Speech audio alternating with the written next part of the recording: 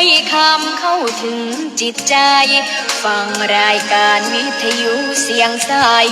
ส่งถึงใจไปสู่ปลายนาสารธรรมน้อมนำเอาพระศาสดาบอกผู้คนทั่วลาหันมาเข้าวัดฟังธรรมคลื่นเสียงนี้เป็นคลื่นธรรมะจากใจส่งถึงบ้านไกลบ้านไกลฟังได้สุขใจล้ำยามดึกดื่นค่ำคืนมีงานต้องทำเป็นคลื่นสารธรรมเน้นย้ำธรรมะเพื่อนใจเสียงคลื่นธรรมบอกหลักธรรมให้คลายความเหงาฟังเสียงธรรมะเบาเบาบอกเล่าถึงคนบ้านไกลสื่อธรรมะบอกลดละวางด้วยใจสื่อไปถึงสวงในเข้าใจหลักธรรมหลักดีพลิ้วเพลงธรรมผูกสัมพันธ์จิตใจร่าเริงฟังสาระธรรมะบันเทิงรื่นเริงในชีวิตยามวันว่างเดินทางไปเยี่ยมสถานีนัดพบกันน้องพี่วันนี้วันดีวันเสาร์สวดมนต์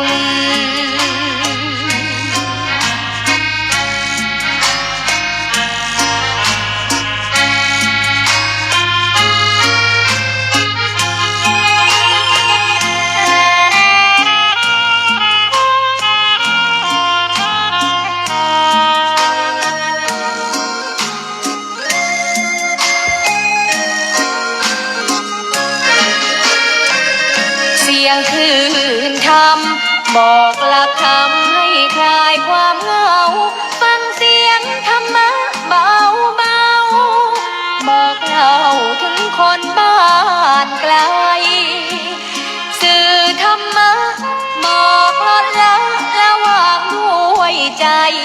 สื่อไปถึงสวงในเข้าใจหลักธรรมหลักดีลิ้วเพลงธรรมผูกสัมพันธ์จิตใจร่าเริงฟังสาระธรรมะบันเทิง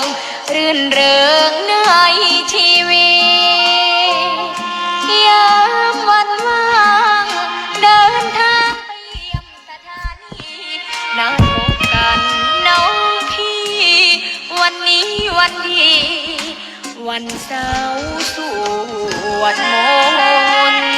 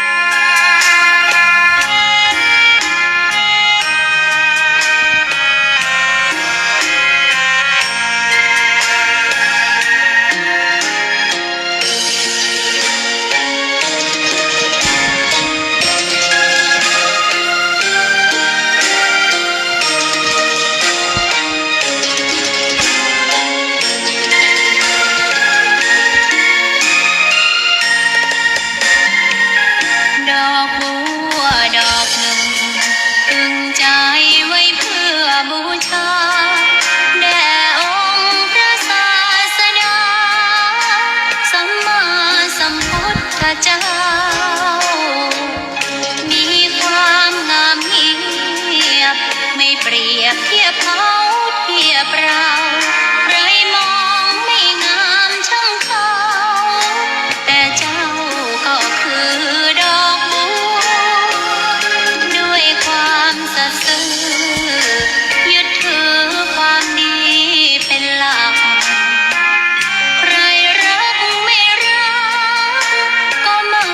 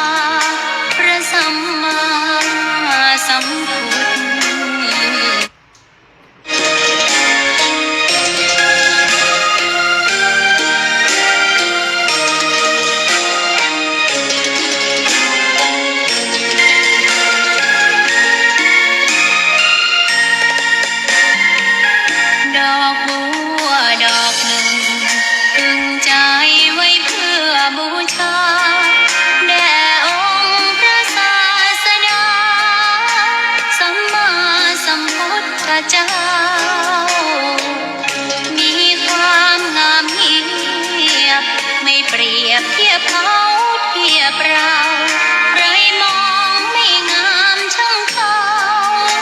แต่เจ้าก็คือดอกบัวด้วยความสัตย์ซื่อยึดถือความดีเป็นหลักใครรักไม่รักก็ไม่จงปลักมองมัวเมื่อโผล่พ้นน้ำก็เห็นความงามในตัวไม่ยึดติดในตมชั่วขอเป็นดอกบัวดอกเดียวใครไม่มองว่าบัวงามเด่นแต่บัวก็เป็นดอกบัวทุกวันอย่างนี้ไม่อยากเด่นดังแต่มุ่งหวังในทางเด่นดีเกิดมาเพื่อสร้างบารมีถวายชีพนี้บูชาดอกบัวดอกน้อยเฝ้าคอยคนที่ใจบุญมาโอบเอื้อเกื้อกูลรู้ค่าของบุญเก็บบัวขึ้นมาเพื่อสร้างความดีและเสริมบารมีดังว่าใช้ดอกบัวนี้บูชาพระสัมมาสัมพุทธองค์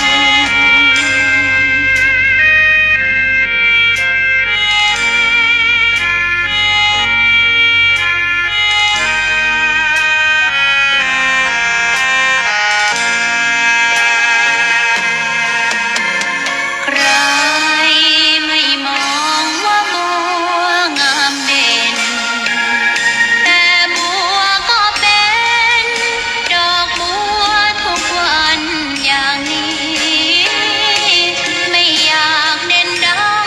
แต่มุ่งหวังในทางเด่นดีเกิดมาเพื่อสร้างบารมีถวายชีพนี้บูชาดอกบัวดอกน้อยเฝ้าคอยคนที่ใจบุญมาโอบเอื้อเกื้อกูลรู้ค่าของบุญเก็บบัวขึ้นมาเพื่อสร้างความดีและเสริมบารมีดังว่าใช้ดอกบัวนี้บูชาพระสัมมาสัมพุทธองค์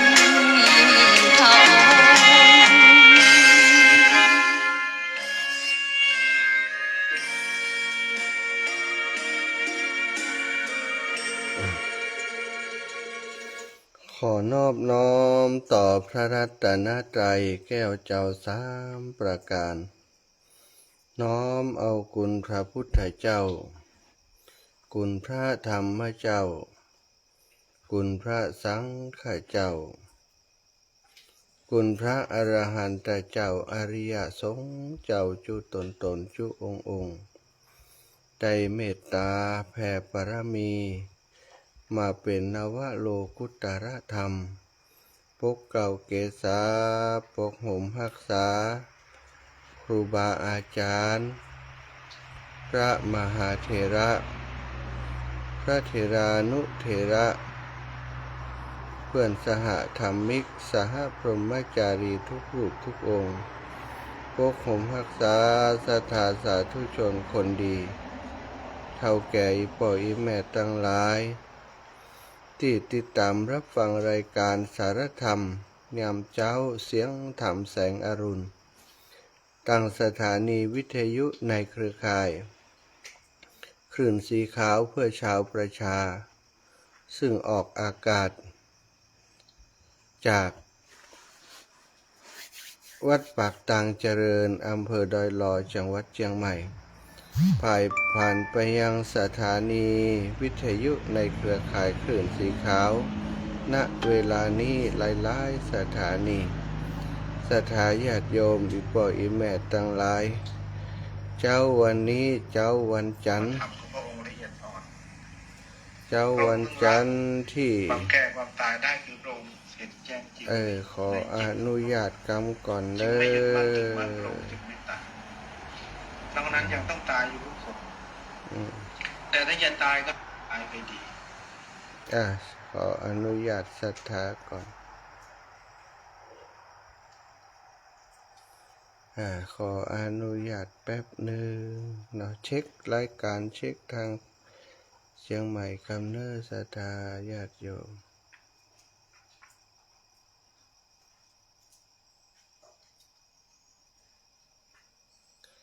พระอาจารย์ครับ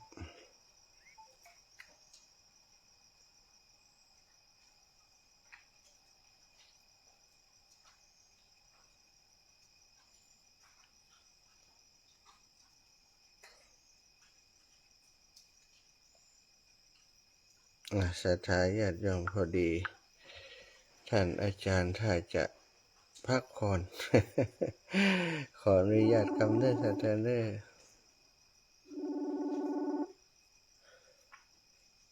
อต่างสัญญาณทางเชียงใหม่เงียบอยู่นอกสัญญาณทางวัดไฟหินถ้าจะออกอากาศอยู่แต่ว่าในเครือข่ายตอนนี้ตั้งเครือข่ายเดี๋ยวขออนุญาตตั้งเครือข่ายตั้งลำปางก่อนนะรอกำหน้าท่านอาจารย์เดี๋ยวขอเช็คลำปางกำก่อนเด้อศรัทธาญาติโยมสัญญาณตั้งลำปางอยู่ตั้งใดสัญญาณตั้งลำปาง เข้า เนี่ย มาทำมาเพราะเรายังหลงอยู่ ลำปางก็รับอยู่ เรา นะ ยัง โอเค ยิ่งอยากจะได้โน่นได้นี่อยู่มาก แป๊บหนึ่ง ก็เลยไม่คิดว่าวันตายจะมีมา อย่างที่ว่าโกสชังมรณังเสเวเนี่ยใครเล่าจะรู้วันตายของเรามีมาในวันนี้หรือพรุ่งนี้เราไม่รู้จริงๆนะนอกจากพระพุทธเจ้าเรารู้นะพระองค์ว่าอีก3 เดือนพระองค์จะนิพพานพระองค์รู้แล้วแต่คน ศรัทธาญาติโยมขอเปิดเพลงเข้ารายการแหมหน่อย อันเดี๋ยวต่างที่อื่นไม่ใช่อาจารย์สมชาติค่ะศรัทธาญาติโยมนะ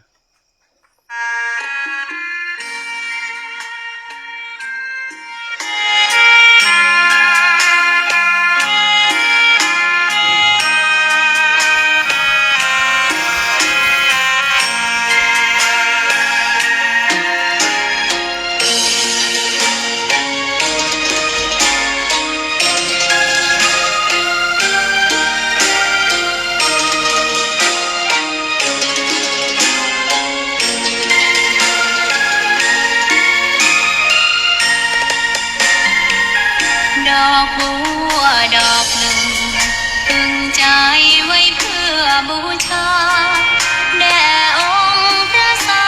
สดาสัมมาสัมพุทธเจ้ามีความงามเงียบไม่เปรียบเทียบเขาเทียบเราใครมองไม่งามช่างเขาแต่เจ้าก็คือดอกบัวด้วยความสัตย์ซื่อยึดถือความดีเป็นหลักใครรักไม่รักก็ไม่จงปลักมองมัวเมื่อโผล่พ้นน้ำก็เห็นความงามในตัว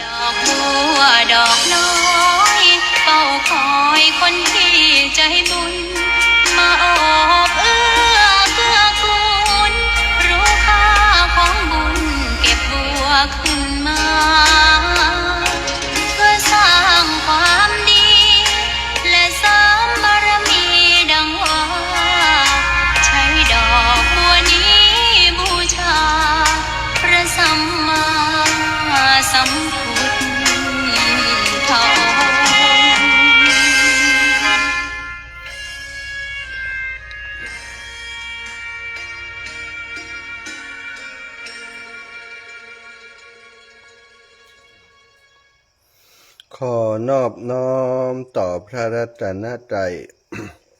แก้วเจ้าสามประการ น้อมเอาคุณพระพุทธเจ้า คุณพระธรรมเจ้า คุณพระสังฆเจ้า คุณพระอรหันตเจ้าอริยสงฆ์เจ้าจุตนจุองค์ได้เมตตาแผ่ปรมี มาเป็นนวโลกุตรธรรม ปกเก่าเกษาปกโหมหักษา ครูบาอาจารย์ พระมหาเถระ พระเถรานุเถระ เพื่อนสหธรรมิก สหพรหมจารีทุกรูปทุกองค์ปกโหมหักษาศรัทธาสาธุชนคนดี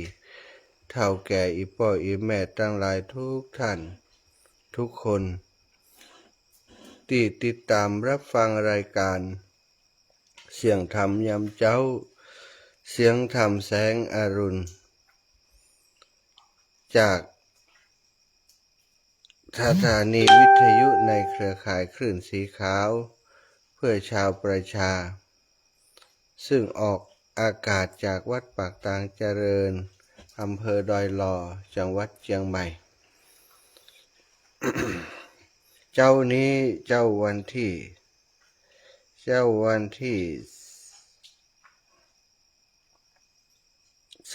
24การอำเภองาวเจ้าวันที่24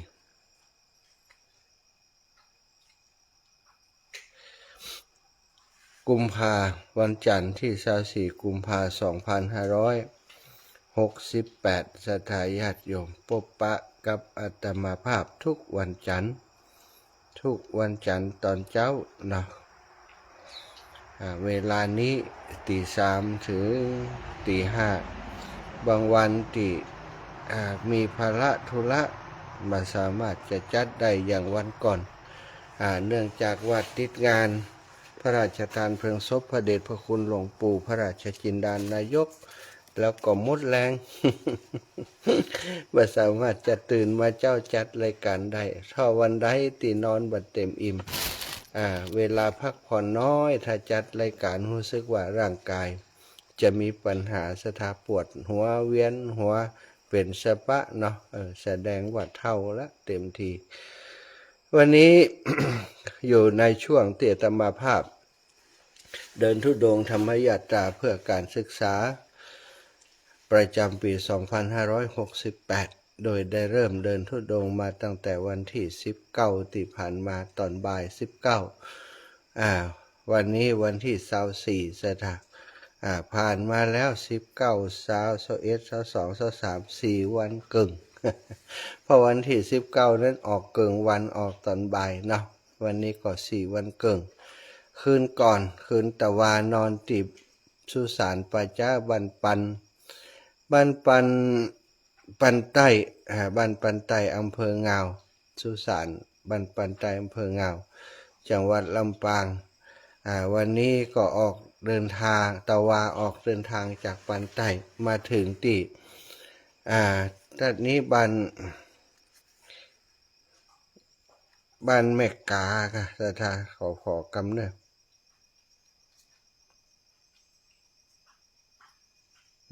อยู่ตัดใดพวกบ่ฮู้นะ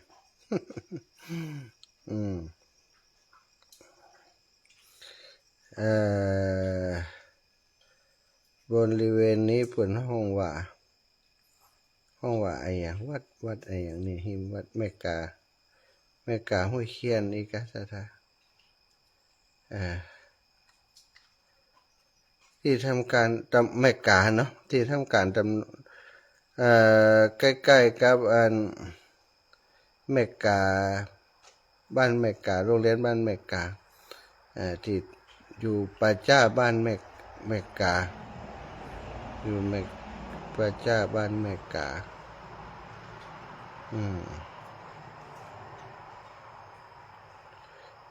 ก็ตะวะเดินได้ระยะทางหลายอยู่แต่ว่านี่เนื่องจากว่ามันบ่มีที่พักต้องเดินต่อมาเรื่อยๆซะนะ เกือบจะ30 กิโลเนาะเกือบไปประมาณ27-28 กิโลต่อวันนี้ถือว่าเป็นการเดินที่นักกว่าวันก่อนประมาณ25-26 กิโลวันนี้28 กิโลที่ต่อวันเนาะที่ผ่านมา28 กิโลบางทีมันก็บังคับโดยบ่มีที่พักสถานถ้าแต่ต่อวันนี้และพอข้างต่างแล้วเหมือนกันมีกระต๊อบกระท่อมน้อยอยู่ข้างต่างจะไปพักดีกว่าจ้าก็เลยถามคนข้างๆว่าโอ้เจ้าของเปิ่นอยู่เงาเพิ่นอาจารย์ว่าก็เลยพร้อมได้ เดินมาต่อเดินจากตีมดแรงหันนี่มาแหมประมาณร่วม5 กิโลซะนะขนาดมดแรงแล้วเดินได้แหม5 กิโลต่อวัน ก็เลยเป็นเหตุให้ระยะทางมันเพิ่มกว่าทุกวันปกตินี่5 โมงจะได้ที่พักแล้วแต่วันนี้5 โมงครึ่งเกือบจะ6 โมงได้ที่พักเนาะเดินทางมาถึงป่าจ้าที่นี่ถ้าบ่ได้ที่นี่ก็ลำบากเพราะว่าแต่คืนนี้เป็นฝนเป็นลมซะทาฝนตกขาหายั่งตะกี้นี่นะตั้งแต่หัวค่ำประมาณ2 ทุ่มเป็นฝนเป็นลมมาฟ้าแมบยะเยะตึงตังฝนก็ตกลืมตวงน้ำไว้ตักน้ำไว้นะได้เต็มหมดนะเพราะว่าห้องน้ำที่นี่ก๊อกน้ำวาล์วน้ำพุดหมดจับพอดีฝนตกกับตวงน้ำไว้3-4 ถังนะสถาพบปากันเจ้านี้ปาสถาไว้พระก่อนก็เดี๋ยวจะอู้กันเรื่องราวต่างๆเนาะกราบพระพร้อมกันกราบ1พุทโธเมนาโถกราบ2ธัมโมเมนาโถกราบ3สังโฆเมนาโถ อิมินาสการเรนะพุทธังอภิปูชยามิอิมินาสการเรนะธัมมังอภิปูชยามิอิมินาสการเรนะสังฆังอภิปูชยามิอะระหังสัมมาสัมพุทโธภะคะวาพุทธังภะคะวันตังอภิวาเทมิกราสวากขาโตภะคะวะตาธัมโมธัมมังนะมัสสามิกราสุปฏิปันโนภะคะวะโตสาวกสังโฆสังฆังนะมามิกรานะโมตัสสะภะคะวะโตอะระหะโตสัมมาสัมพุทธัสสะนะโมตัสสะภะคะวะโตอะระหะโตสัมมาสัมพุทธัสสะนะโมตัสสะภะคะวะโตอะระหะโตสัมมาสัมพุทธัสสะพุทธังสารนังกัจฉามิธัมมังสารนังกัจฉามิสังฆังสารนังกัจฉามิตุติยัมปิพุทธังสารนังกัจฉามิตุติยัมปิธัมมังสารนังกัจฉามิตุติยัมปิสังฆังสารนังกัจฉามิตติยัมปิพุทธังสารนังกัจฉามิตติยัมปิธัมมังสารนังกัจฉามิตติยัมปิสังฆังสารนังกัจฉามิ อิติปิโสภะคะวะอะระหังสัมมาสัมพุทโธวิชชาจารณะสัมปันโน สุขโตโลกวิถูอนุตตโรปุริสธรรมสารทิสัทธาเทวมนุษย์สานังพุทโธภาคาวาติสวากขาโตภาคาวาตาธัมโมสันทิฏฐิโกอากาลิโกเอหิปัสสิโกโอปันนาญิโกปัจจตังเวทิตาโพวินยูหิติสุปาติปันโนภาคาวะโตสาวกสังโฆอุชุปฏิปันโนภาคาวะโตสาวกสังโฆยายาปฏิปันโนภาคาวะโตสาวกสังโฆสามิจิปฏิปันโนภาคาวะโตสาวกสังโฆยะทิทางจัตตาริปุริสายุขานิอัฏฐปุริสาปุคลาเอสาภาคาวะโตสาวกสังโฆอาหุนายโยปะหุนายโยทักขินายโยอัญชลิกะระนิโยอนุตตรังปุญญเขตังโลกัสสาติกราบพระพร้อมกันเนอศรัทธาญาติโยม กราบหนึ่งพุทธังวารันตังศีรสานามามีกราบสองธัมมังวารันตังศีรสานามามีกราบสามสังฆังวารันตังศีรสานามามีศรัทธาสาธุชนคนดีทั้งหลายพบปะกันวันนี้นะก็อยู่ในช่วงเตี่ยตมาภาพกำลังเดินธุดงค์ธรรมยาตราเพื่อการศึกษา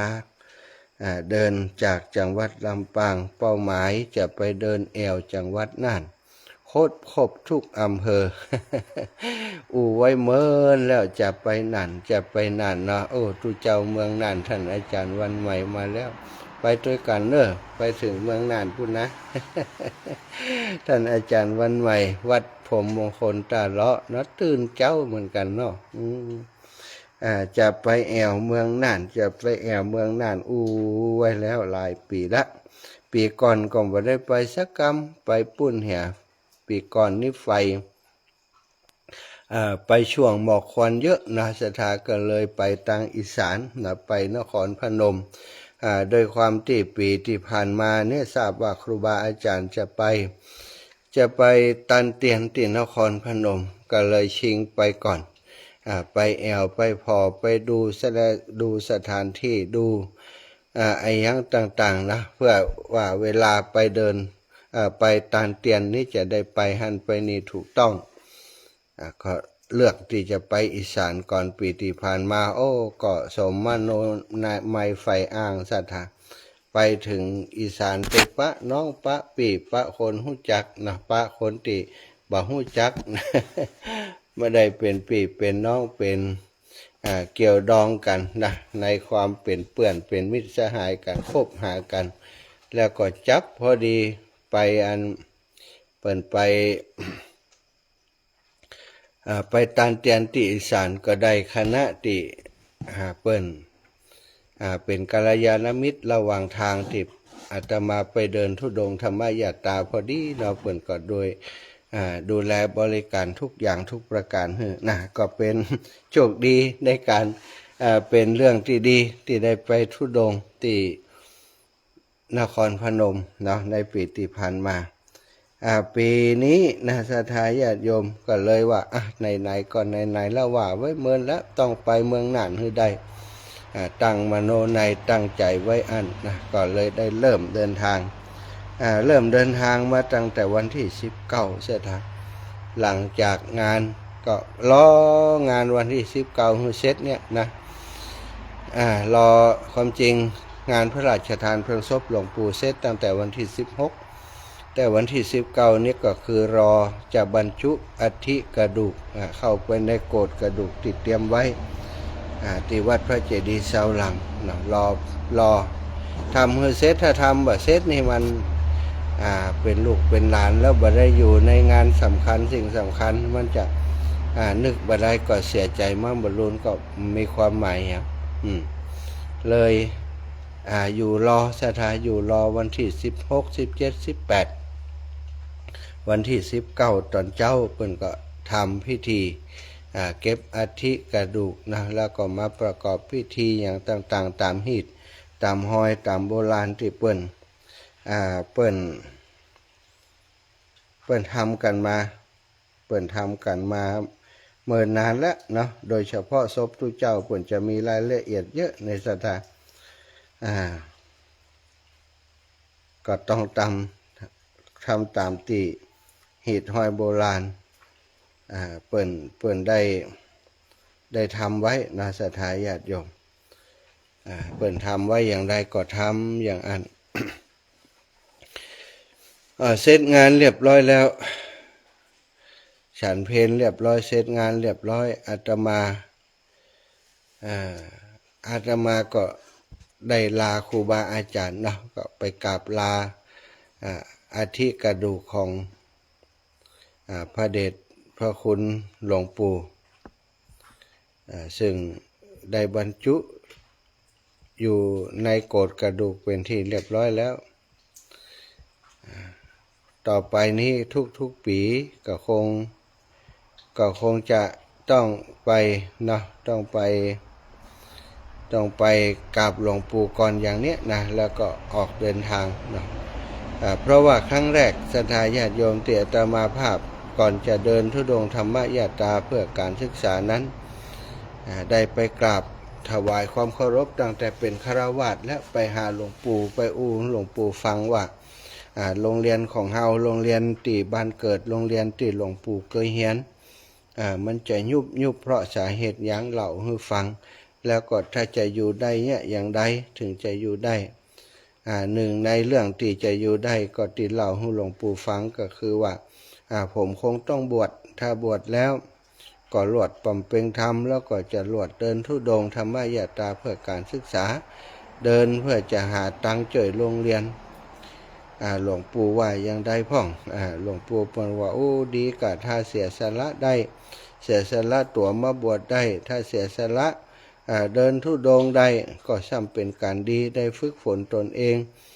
ได้บวชได้ปฏิบัติตัวเฮียนหู้มานักแล้วแต่บ่มีโอกาสได้ปฏิบัติถ้ามีโอกาสได้ปฏิบัติก็เป็นการดีว่ะอาตมาก็เอากรรมหลวงปู่นั่นแหละศรัทธาญาติโยมเอามาคิดพิจารณาแล้วก็ตัดสินใจในที่สุดในการบวชของอาตมาหลวงปู่ก็ไปเป็นเจ้าภาพเป็นเจ้าภาพเท่ากับว่าอาตมาบ่เตรียมอย่างสักอย่างก็ได้ผ้าอัฐบริขารทั้งหมดนั้นหลวงปู่เตรียมหมดศรัทธาผ้าก็ไปซื้อคนเดียวผ้าที่หลวงปู่ซื้อถวายในงานบวชก็ยังเก็บไว้อยู่จนทุกวันนี้ซื้อถวายด้วยตัวของปู่เองแล้วก็วันที่บวชนั้นก็ฮับเอาผ้าที่หลวงปู่เข้าไปสู่มณฑลพิธีสังฆกรรมบรรพชาอุปสมบทหลวงปู่บ่ได้เป็นอุปชาแต่เป็นป่อทุกครั้ง3ครั้งที่ผ่านมาคือบวชเป็นเณรครั้งก่อนแล้วก็บวชอุปสมบทครั้งก่อนและมาบวชครั้งนี้หลวงปู่ก็เป็นเจ้าภาพทุกอย่างทุกประการศรัทธาญาติโยมก็เท่ากับว่าเป็นผู้ที่ปกป้องคุ้มครองอาตมา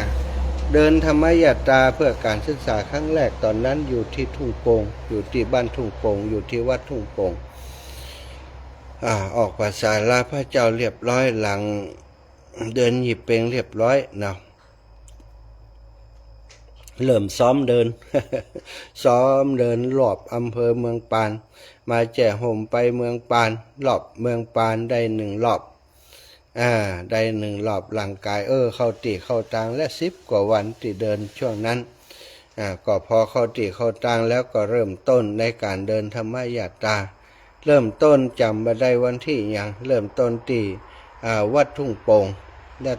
งออกจากวัดทุ่งโป่งมาก็มาที่วัดพระเจดีย์เสาหลังในเวียงลำปางมากราบหลวงปู่มาทำกิจกรรมธรรมยาตราที่หั่นเปิดโครงการที่หั่นแล้วก็ออกเดิน จากวัดพระเจดีย์เสาหลังไปกราบหลวงพ่อเกษมเขมโกจากนั้นก็เดินไปจนถึงสวนโมกชยาสุราษฎร์ธานีนั่นคือปีแรกสถานวบแวบวบแวบนะปีนี้เข้ามาปีที่6สถานปีที่5ปีที่5ครับกับปีที่6ก็เท่ากับว่า6 ปีที่ผ่านมาที่เป็นตุเจ้ามานั้นก็ได้ทำโครงการนี้มาโดยตลอดสถาญาติโยมทั้งหลายปีนี้หลายคนก็ว่าท่านอาจารย์คนหู้จักนักแล้วบัดเดียวบัดต้องไปแล้วนะจัดรายการเดินธุดงค์ทางวิทยุโอเตอร์ อย่างใดเดินธุดงค์ทางวิทยุจัดรายการไปศรัทธาเขาหู้ว่าท่านอาจารย์มีโครงการจะช่วยเหลือละอ่อนเพิ่นถึงช่วยบัดต้องไปเดินธุดงค์ก็ได้อาจารย์ลำบากบัดเดียวนะหมอกควันก็เยอะอันตรายก็หลายนะมิจฉาชีพก็นักยาเสพติดก็นัก อาจารย์บัดต้องไปเป็นห่วงอากาศก็ร้อนนะเหตุผลของศรัทธาญาติโยมที่เปิ้นบ่อยากให้มาด้วยความอินดูด้วยความสงสารหันว่าบัดเดียวอาจารย์ก็เท่าแล้วนะเท่าแล้วเดินไหวแล้วอ้วนรุดพุดนะอาตมาก็ฟังที่ศรัทธาญาติโยมว่าทุกประการศรัทธาก็เอามาชั่งน้ำหนักดูถ้าจะทำอย่างที่เปิ้นว่าได้ทุกประการนะจัดรายการไปอู้จาเรื่องโรงเรียนขนาดเล็กไปแต่ว่าตัวบ่ได้เดินศรัทธาตัวบ่ได้เดินได้จะชวนศรัทธามาร่วมบุญหอมบุญตุ้ยมันดูเหมือนกับว่าบ่มีไอ้อย่างที่จะมาแบ่งปันศรัทธาบ่มาแบ่งปันศรัทธาเหมือนกับคนขอทานแล้วก็บ่ร้องเพลงให้ฟังขออย่างเดียวยื่นมือขออย่างเดียวเนาะศรัทธาบ่ได้แสดงความสามารถบ่ได้เอาอย่างไปแบ่งปันมีความรู้สึกอย่างนั้นก็เลยปฏิเสธความหวังดีของศรัทธาญาติโยมแต่ว่านี้ก็มีโยมแม่ท่านหนึ่งโทรเข้ามารู้สึกว่าจะอยู่ในรายการช่วงตะวันมื้อแลงเนาะนิมนต์ท่านอาจารย์กลับเถอะ นิมนต์ท่านอาจารย์กลับเถอะกลับวัดเถอะมาจัดรายการอยู่วัดเถอะช่วยกันเซาะเอาล่ะเพิ่นก็มีเหตุผลนี้ก็บอกเพิ่นเหมือนเดิมนั่นแหละว่า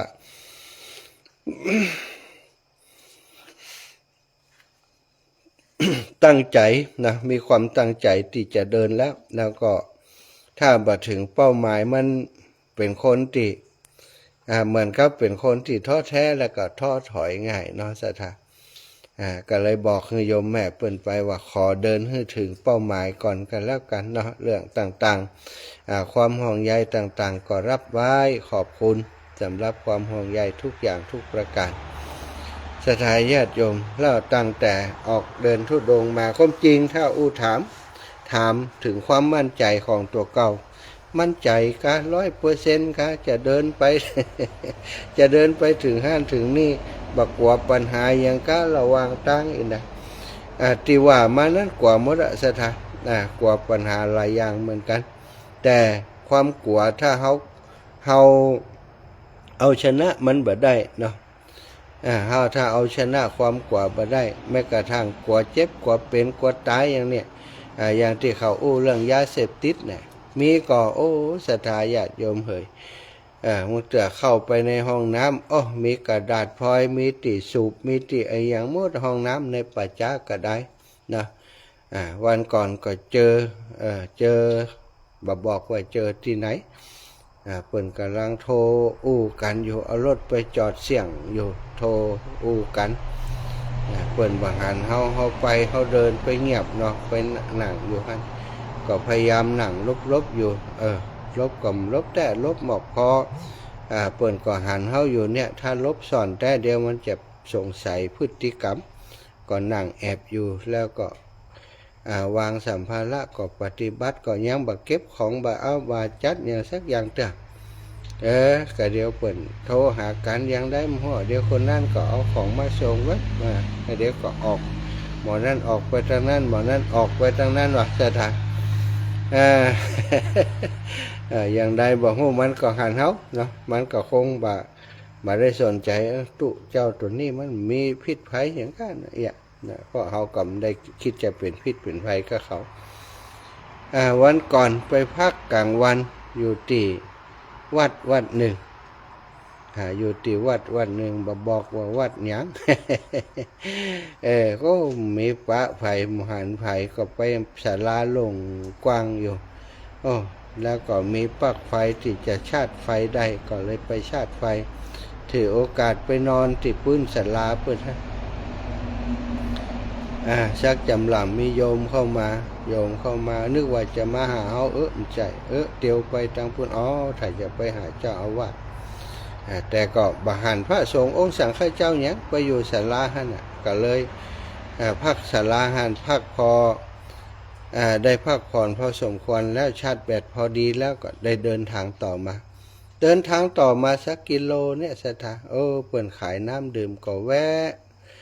ะตีน้ำดื่มนะเป็นกาแฟนะเอากาแฟเย็นแก้วหนึ่ง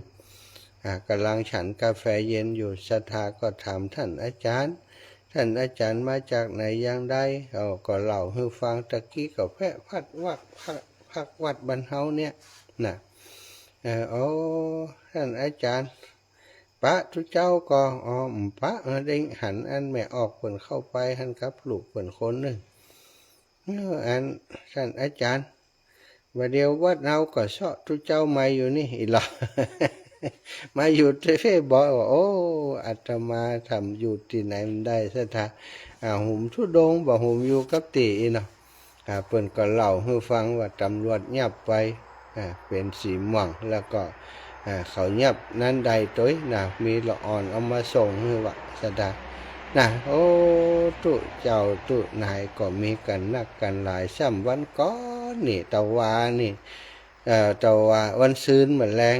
โยมญาติโย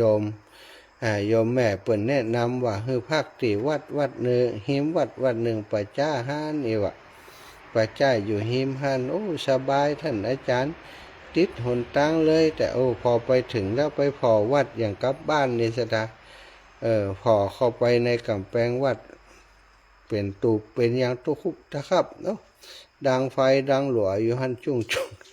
พออย่างกลับบ้านเลยนะแต่ว่าตึมเข้าวัดอยู่แล้วไปพอติดปัจจ้าก็ติดถนนล้ำไปก้าวออกจากถนนก้าวเดียวก็เป็นปัจจ้าเลย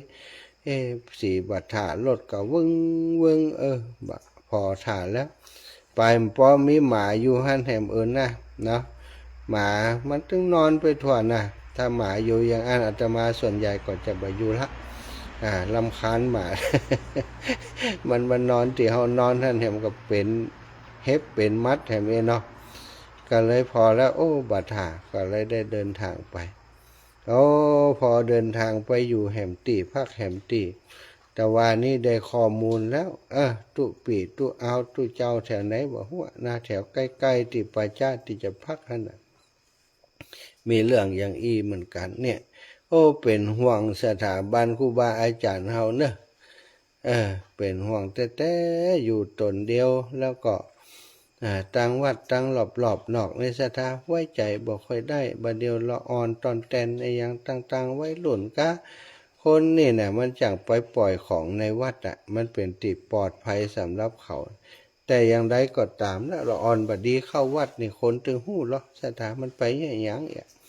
สุดท้ายเปิ่นก็ไหลหาข้อมูลได้เป็นห่วงก็เลยบอกค่อยปลอดภัยเนาะถ้าถึงพักวัดแล้วพักวัดก็บอกค่อยนี่ตอนใดแต่ว่านี่มาปะสำนักสงฆ์แห่งหนึ่งก็ใกล้จะสิ้นสุดเขตของอำเภองาวแล้วสถาไปพออันศาลาปัจจ้าอยู่ตั้งหลุมบ่มีไฟติดกับวัดหันก็ขึ้นไปจะไปขออนุญาตทุกเจ้าเหตุกรรมก่อนอาจจะลงมานอนติดปัจจ้าหรือว่าถ้าเปิ่นอนุญาตก็อาจจะอยู่ใกล้ๆตั้งบนแล้วจะได้ชาร์จไฟแบตเตอรี่โทรศัพท์ก็บ่ค่อยมีแล้วนะฟาเบอร์แบงก็จะหมดแล้วขึ้นไปหมาวัดก็จัดดีหมาเห่าก็หู้จักหมาแล้วเล่นกับหมาแล้วพอหาตัวเจ้าไหนก็มีพอไปแต่ว่าก็อย่างที่ว่านะมันมีสภาพเหมือนกับบ่ค่อยดูแลแต่ใดวัดวานะพอแล้วบัดหาก็เลยเดิน ออกมาเหี่ยซะแต่ พระตุเจ้าตุนายสักตัวเนี่ยเดินออกมาเหี่ยก็สมมโนในไฟอ้างตั้งใจว่าบ่อยากจะนอนวัดตะวานี่ก็กลัวเรื่องฟ้าเรื่องฝนนะเลยซดเข้าไปหันนะแต่สุดท้ายก็ไม่ได้นอนอยู่ดีจากจุดที่ว่านี่เดินมาแหม5 กิโลสตาปตตเดินขึ้นอันนี้มาแหม5 กิโลอิดปตเนาะมดไก่มดแหงมาแหม5 กิโลก็ถือว่าอาการนักจนมาถึงสุสานปาจาตินี่ก็ถือว่าเหมือนกับเทวดาเพิ่นบอกว่าบ่เอาบ่นอนเนี่ยบ่ปลอดภัยตีรับตีนอนก็บ่ค่อยท่าอย่า เปิดขึ้นมาที่นี่สะดวกดีสถาญาติโยมมาที่นี่ศาลาอาคารมีตีบังมีผนังกั้นข้างๆเหี่ยแต่คืนนี้ฝนสาดก็บ่ถึงเนาะปลอดภัยได้รับความสะดวกสบายปลอดภัยถามถึงถ้ากลัวเรื่องความปลอดภัยก็ต้องเดินธุดงค์ตลอดระยะเวลาตลอดทางเส้นทางนี้มีเรื่องของความแบบปลอดภัยอยู่เต็มไปหมดสถานรถลาตีวิ่งส่วนไปมาอย่างวันก่อนโยมเพื่อกำลังใจอาตมาดีปะทบไปซื้อกาแฟที่วัดตะกี้เนี่ยได้กาแฟมาแก้วท่านอาจารย์อันเดินทางนี้ระวังหน่อยเนอะวันนี้ก็ตายนี่คน วันนั้นใส่ชุดดำแต่งตัวเป็นญาติโยมเนี่ยแต่มีเครื่องนอนมีอย่างหมดหน้าตาก็ดีอยู่เป็นคนทั้งอีสานนะเปิ่นมาเดินอย่างเดินธุดงค์อย่างทุกเจ้าเดินธุดงค์เนี่ยเปิ่นมาแวะซื้อกาแฟเนี่ยกาแฟอย่างเดียวก็ของอาจารย์เนี่ยนี่อีหรอ เห็ดเป็ดโซอย่างเดียวก็ของอาจารย์เนี่ยแล้วก็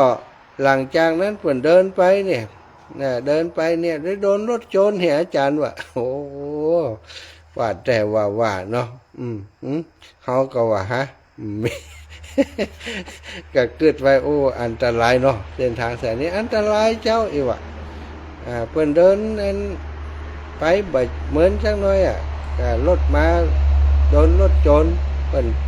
ไปหากันทื่อๆว่าคนทางภาคอีสานเพิ่นหนทางนะมันก็ต้องระวังสถาญาติโยมแล้วก็อากาศมันร้อนนะอากาศช่วงกลางวันนี่ร้อนสถามีคนบอกว่าอาจารย์ถ้าอาจารย์ร้อนก็เข้าห่มค่ะอีหรอเข้าห่มก่อนแล้วก็เดินถ้าอากาศร้อนเหี่ยเข้าห่มเหี่ยบางเตื่อสถาญาติโยมมันก็เข้าห่มสุดตั้งถ้าจะเข้าห่มนะแต่เวลาอากาศร้อนเขาเดินไปมันก็มีห่มอยู่บางเตื่อก็ไปป้าห่มไม่ก็เดินกายห่มไม่มันก็เย็นอยู่แล้วก็เวลาเขาพอตะวันเอาตะวันมันมาทางใดทางซ้ายทางขวาทางใดที่มันห่มหนทางที่มันห่มก็เดินฝั่งที่หนทางห่มนะ เลือกฝั่งหนทางห่มมาได้เลือกว่าฝั่งซ้ายฝั่งขวาฝั่งซ้ายบ่หันรถฝั่งขวาหันรถเนี่ยบ่ได้เลือกอย่างนั้นแต่รถก็ต้องระวังเหมือนกันพยายามเดินชิดขอบทางไว้ชิดขอบทางให้ที่สุดขอบทางมันจะประมาณ1.50 เมตรจากเส้นขาวไปทางสุดทางประมาณ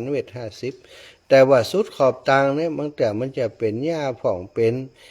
เศษแก้วผ่องนะที่เขาโจ่งที่มันแตกมันจะไหลไปอยู่ข้างมันจะเด็นไปอยู่ขอบทางไว้นะก็ต้องระวังเวลาหย่ำเศษแก้วอันใหญ่ๆก็ดิ่มดีก็ปักเท้าปักอันทะลุรองเท้าใดก็ต้องพอดีๆแล้วก็เล็งรถเหมือนกันแต่ถ้าเดินทางขวาก็รถปุ่งมาถ้ามันโก้งนี่ก็ขยายไปปนโก้ง ทางโก้งเนี่ยบางแต่มันถึงรถมันถึงปุ่งสื่อเขาจะเดียเนาะสถานี่ก็เป็นสิ่งที่ต้องระวังนะเวลาเดินก็ระวังเอาภัยพิบัติต่างๆมีหลายอย่างภัยจากคนภัยจากรถภัยจากหมาหมาก็เป็นภัยอย่างหนึ่งนะสุนัขภัยนี่ มันถึงปุ่งมาจะลุ้นบางตัวนะงงปุ่งมาต้องหยุดต้องอู้กับเขาก่อนอย่างใดหลวงตาจะเดินไปธุระนะจะเดินไปทางนี้ผ่านทางมามันได้มันจะอยู่เมิน เล่นกับมันถ้ามีของอย่างฮือก็ฮือมัน โอ้บางตัวแก่งหางดอกเด็กดอกเด็กดอกเด็กหลังจากเฮาแล้วซะทางแต่ว่าถ้าเฮาเดินไปถ้าเฮาวิ่งใกล้อย่างกายเนี่ยดีมันจะงอมใส่มันคิดว่าเฮาเป็นคนพิษได้ลูกแต่ถ้าเฮายุดอยู่ยืนอยู่อู้กับมันเนี่ยตั้งแต่มันก็อุ้มหูเหลืองมันก็เฮาอยู่หั่นเฮาก็ก่อยเดินไปนะคอยเอาอันไม้ธงนะปัดไหลมันไปไม้ธงนี่มันจะมีธงอยู่ตั้งหลังเนาะซะทาธงวุบวับมันก็หลอกตามันก็หนีไปเหี่ยงเกาหมานะต้องระวังหมาไฟจากหมาไฟจากคนไฟจากสิ่งที่เฮาบ่หันตัวตนสัมภเวสีเทวดาไปไหนก็บอกให้เปิ้นนะบ่ได้จุดธูปเทียนบอกแต่บอกคือกำปากเนี่ยนะเอาบุญมาฝากเน้อมาพักโดยเน้อเอาบุญมาฮื้อเน้อขออาศัยคืนหนึ่งเน้อบ่อยู่เมิน บอกเปิ้นอย่างเนี้ยนะเปิ้นจะฮู้บ่ฮู้ก็บ่เข้าใจเหมือนกันแล้วแต่ที่ผ่านมาเปิ้นก็ได้รบกวนหยังเนาะแต่คืนกับลงกงกังเต็มเนี่ยแต่ว่าน่าจะเป็นล้มอายามฮู้แต่บ่ได้ลุกมาพอนอนอยู่เลยบ่อยากลุกมาพอเป็นหยังก็บ่ได้มีปัญหาหยังอยู่ที่ไหนเขาก็ไม่ได้ไปเบียดเบียนอย่างของเขาเนาะไปเบียดเบียนเปิ้นเอาบุญมาฝากเดินนี่ก็เอาบุญมาฝากเปิ้นอย่างเดียวสถาบัดเดียวเนาะคณะนี้นะที่ออกอากาศอยู่นี่ก็ไปถึงหลายที่หลายแห่งจะฟังสักน้อยไปถึงตั้งใดพ่องพี่น้องเมืองน่านนะพี่น้องเมืองน่านพี่น้องเมืองพะเยาตื่นกันพ่องแล้วก็ตั้งพะเยาบัดเดียวนี้เข้าเขตพะเยาแล้วเนื่อจากเงาสู่พะเยาตามเป้าหมาย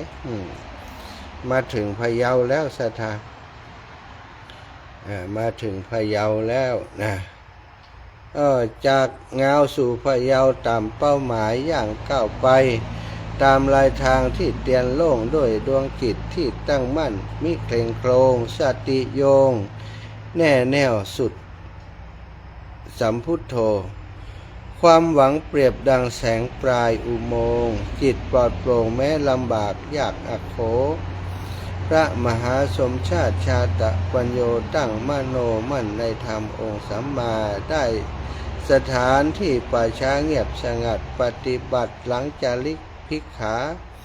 เพื่อตั้งจิตบำเพ็ญปฏิปทาและออกอากาศไลฟ์สดปรากฏมาเชิญร่วมบริจาคจตุปัจจัยเมตตาให้เด็กได้เรียนเพียรศึกษาเพื่อแคล่วคล่องว่องไวในปัญญานับเป็นบุญอันนันค่าสาธุการโครงการธรรมยาตราในครานี้สมทบบุญที่ช่องทางทุกสถานตามสะดวกมากหรือน้อยค่อยทำทานขอทุกท่านจงเจริญรุ่งเรืองเทินแต่งเพิ่มเติมเจ้าโพสต์ได้หรือไม่ประการใดเจ้าข้าอนุญาตโพสต์ได้แม่ครูลาวันคุยคำเนาะนะศรัทธาญาติโยมสาวยันหน้างามโทรมาตี3สายันโทรมาเป็นอะไรเอ่ยสายันฝากข้อความมาเลยสายันหน้างามตอนนี้ถึงพะเยาแล้วเนอะพี่น้องพะเยา0808844173ศรัทธาญาติโยมฟังที่ไหนตั้งได้0808844173เนอะ0808844173ได้ยินเสียงจากที่ไหนตั้งใดตั้งนั่นได้ยินก่อตั้งพะเยาได้ยินก่อปนเนตนี้วันนี้ถ้าบ่ถึงแต่เราวันนี้ถึงไหนบ่ฮู้แต่ว่าวันนี้ถึงพะเยานี่ถึงละนะน่าจะถึงเลยตัวเมืองไปสักหน่อยถ้าจะได้อยู่หรือว่าบ่ถึงก็บ่ฮู้นะคนสะเมิงสาวสะเมิงเจริญพรแม่วิอินไว้ตาเต้าไม่มาลงดีไม่ก็อยู่พะเยาเหมือนกันเนอะฮั่นอยู่อย่างพะเยานี่พอตื่นเช้าก็อยู่พะเยาใช่ค่ะ โอ้มาอยู่ตัวอย่างนี้มาอยู่ตัวอย่างนี้ก็อยู่ตัวท่านนะกับตัวก้นท่านติวันหรอกวักอ๋อทางพอไว้อะไรนั่นเนี่ยไลฟ์สดโอ้ย พี่ตึงหาเนอเป็นเอ็นดู สาธุ แต่ปีนี้ก็เพิ่งยั้งแล้วเนอมันต้องเดินดงละปีหน้ามันต้องเดินละ ไปได้นะโอ้มีแหงต้องเดิน โอ้ยเอ็นดูแล้ว ดีละอินโด ต ดี ก กว่า เพื่อ จัง แดดร้อนเนื้อหนังก็จะมาดีแล้วกะ ฮะดีก็ ปลอดภัยให้มันไปเร็วๆให้มันพ้นเร็วๆเนอะ โอ้ไปเร็วอย่างล่ำเหลือเดินไปแต่ละวันหม่วนไปแต่ละวันกะ พ้นอยู่แดดก็ร้อนฝนก็ตกประเดี๋ยวนี้มีฝนมีลมอยู่นะ เจ้ามีกะ อินดูล้างตั้งจังหวะพอไล่สดจังหวะเนอะโทรหาพระเจ้าได้เจ้าเป็นห่วงเจ้าสาธุสาธุรอดปลอดภัย จ้าพี่น้องต่างเมืองฝางเจริญพร สาธุการนมัสการท่าน เจ้า โอ้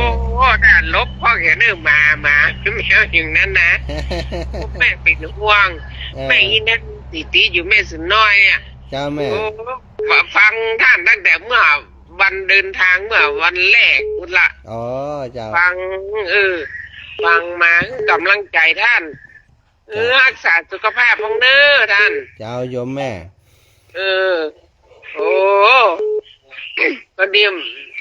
นี้ก็วันสองวันนี้ก็มาให้สบายมันจะลูกไอเนี่ยกะ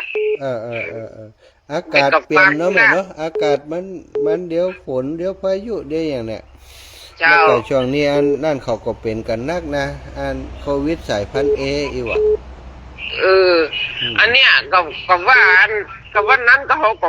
มาลู่เมื่อยนะมันมา2 วันนี่เห็นก็จะลู่เมื่อยเขาก็ว่าหายไปละก็เป็นอย่างนี้เนาะ ดีกั ก็เป็นห่วงท่านนะกา มันเป็นอย่างนี้แม่เฮานี่แข็งแรง ก็ระวังกระเทยบ้างเถอะระวังกระเทยอย่างที่สุดแล้ว เอาจังมันเจ้า สาธุนะแม่ กำลั นะ งใจเจ้าท่าน จ้า โอ้อ สา นุโม ธุ ทนาบุญโดยเน้อเจ้าท่าน เจ้าบุญฮักษาแม่ สาธุสาธุสาธุเจ้าอนุโมทนาบุญโดยเจ้าสาธุเจ้า สุขเจ้าอ้าว เจ้าเจ้า เจริญพรแม่จันสีสุขาอยู่แจงหัวลิน สาธุลูกคนมาแม่ฟังตั้งแต่เล็กเริ่มรายการแล้วเนอะ รับอยู่นะล่ะ นอนล่ะ นอนอยู่ นอนคดอุ้มอยู่ลูก ฝนตกปอกแป๊กปอกแป๊กเดินทางปลอดภัยเนอะทุกๆเลย จะรับต่อเหตุการณ์ไหนล่ะฮะ จะรับอยู่ก็เจ้าอยู่ สาธุโทรมาแจ้งอันนี้ก่อนรับตื่นเจ้านะเดี๋ยวอีน้องด่าหำละมันดาลูก ทุกเจ้าลำไป มันอยู่คนละตี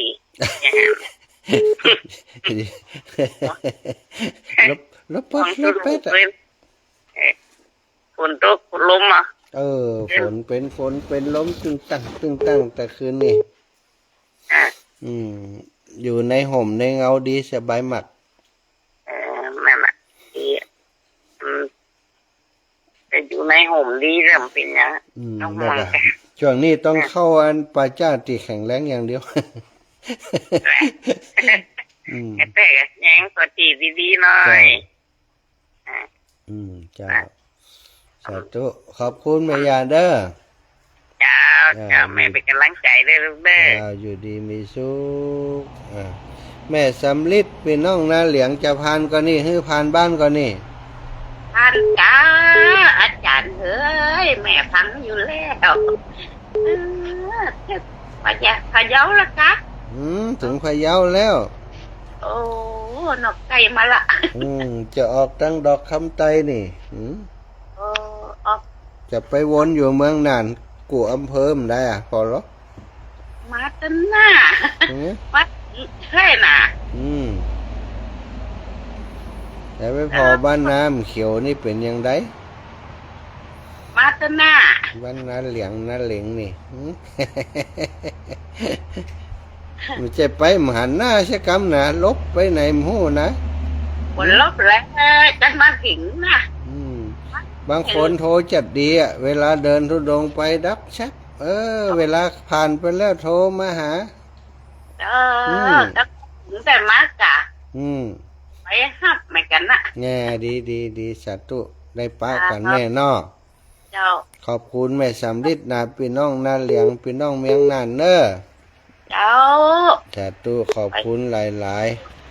เจะเริญพรพี่น้องจาก แกไว้สาเจ้าท่าน โอ้แม่แสงทอง ใช่แม่ประพันธ์ค่ะ หืม แม่ แม่ ประ ประ พันธ์ พันธ์แม่ประพันธ์สมมั่งกะ เจ้า โอ้ ฟังที่ฝังนะเจ้า โอ้พี่น้องเมียงฝางกะ เจ้าฟังนะพี่เตือแต่ไม่ได้โทรเจ้า อีตัวน้อยไปโรงเรียนถึงวัน เจ้าวันนี้ไปโรงเรียนเจ้า อืม แต่นอนอยู่ยังไม่ตื่นแต่เจ้า แม่นจ้ะดีแล้วเลี้ยงหลานเดี๋ยวก็ใหญ่แล้วก็ไปอยู่ที่พ่อแม่เปิ้นเฮ็ดกะ ตามได้ได้แต่ไปมานะเจ้า เพราะว่าแม่มันอยู่เชียงใหม่เจ้า ไฟติดไฟหุ่มเดียวเนาะ ที่ถ่ายมึงว่า ไอ้กันหลาน วันนี้ก็จะไปกันวันนี้8 โมงนี่ก็จะไปกับแม่จงดีเขาเจ้า อ๋อไปจังไดแม่ ส่งน้ำพระธาตุบนประกาศพระเจ้าตนหลวงพระเจ้าตีปงน้ำร้อนประกาศเจ้า อ๋อวันนี้24เนาะแม่นกะ เจ้า ถ้าเปิ่นจัดกิจกรรมที่แรกเปิ่นจะอยู่กรรม3 วันแล้วเปิ่นเนี่ยกิจกรรมเขาก็เลยมาเพื่อเฮ็ดกะ เจ้าเขาจะขึ้นไปวันนี้เจ้าท่าน เจ้าแม่บุญรักษาแม่เน้อฝากลมบุญเด้อสาธุจ้ะ กราบสาธุนะเจ้า สาก ราบ ธุ อัน เจ้า ตุละ ไอ้แม่บุญรักษาแม่ประพันธ์สมมั่งเจริญพร นักใจเจ้า เอ้ายายพรกะอืม โอ้กล้าอยู่ประจานมาเดี๋ยวชื่อนี่ว่านี่ไปนอนประจานได้2 คืนอ่ะ โอ้ดีกะ ไปคนมีงานยองอ่ะ อืม ไปติดไม่ได้เมื่อฉันมาฝนตกหรอกคือว่าดีวันนี้แบบร้านตก ฝนตกเสียนั่นอืม วันร้านโทรมาหาเจ้า แก้ผีอ่ะ เจ้าเก๋กะ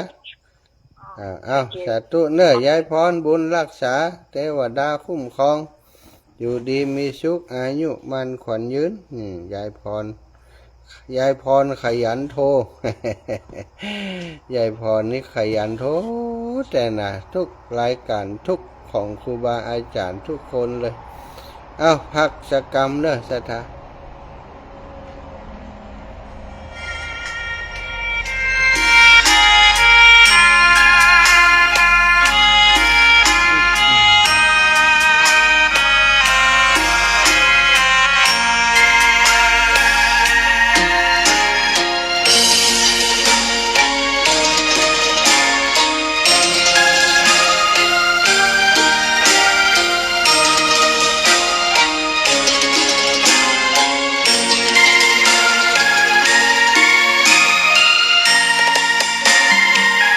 ดอกบัวดอกหนึ่ง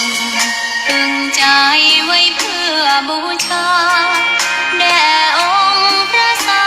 สดาสัมมาสัมพุทธเจ้ามีความงามเงียบไม่เปรียบเทียบเขาเทียบเราใครมองไม่งามช่างเขาแต่เจ้าก็คือดอกบัวด้วยความสัตย์ซื่อยึดถือความดีเป็นหลักใครรักไม่รักก็ไม่จมปลักมองมัวเมื่อโผล่พ้นน้ำก็เห็นความงามในตัวไม่ยึดติดในตมชั่วขอเป็นดอกบัวดอกเดียวใครไม่มองว่าบัวงามเด่นแต่บัวก็เป็นดอกบัวเ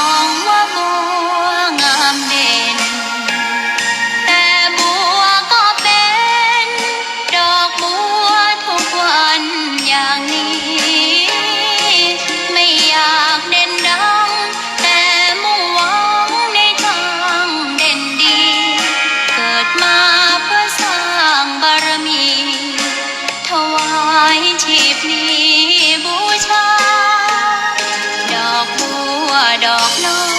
ยเฝ้าคอยคนที่ใจบุญมาโอบเอื้อเกื้อกูลรู้ค่าของบุญเก็บบัวขึ้นมาเพื่อสร้างความดีและสร้างบารมีดังว่าใช้ดอกบัวนี้บูชาพระสัมมาสัมพุทธองค์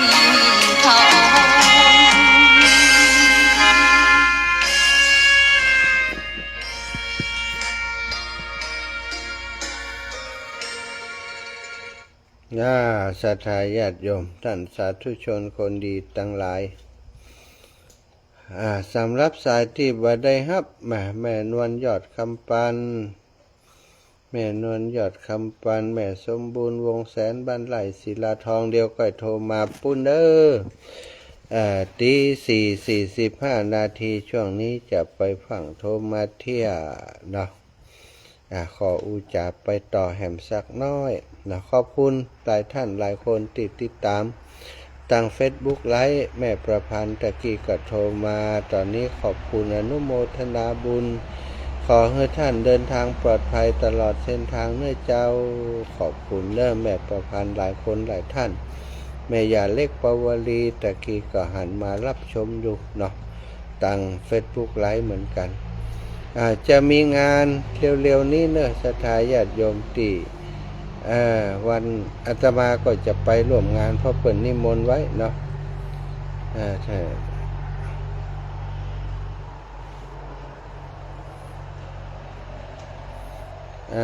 บ้านดอนแก้วบ้านดอนแก้ว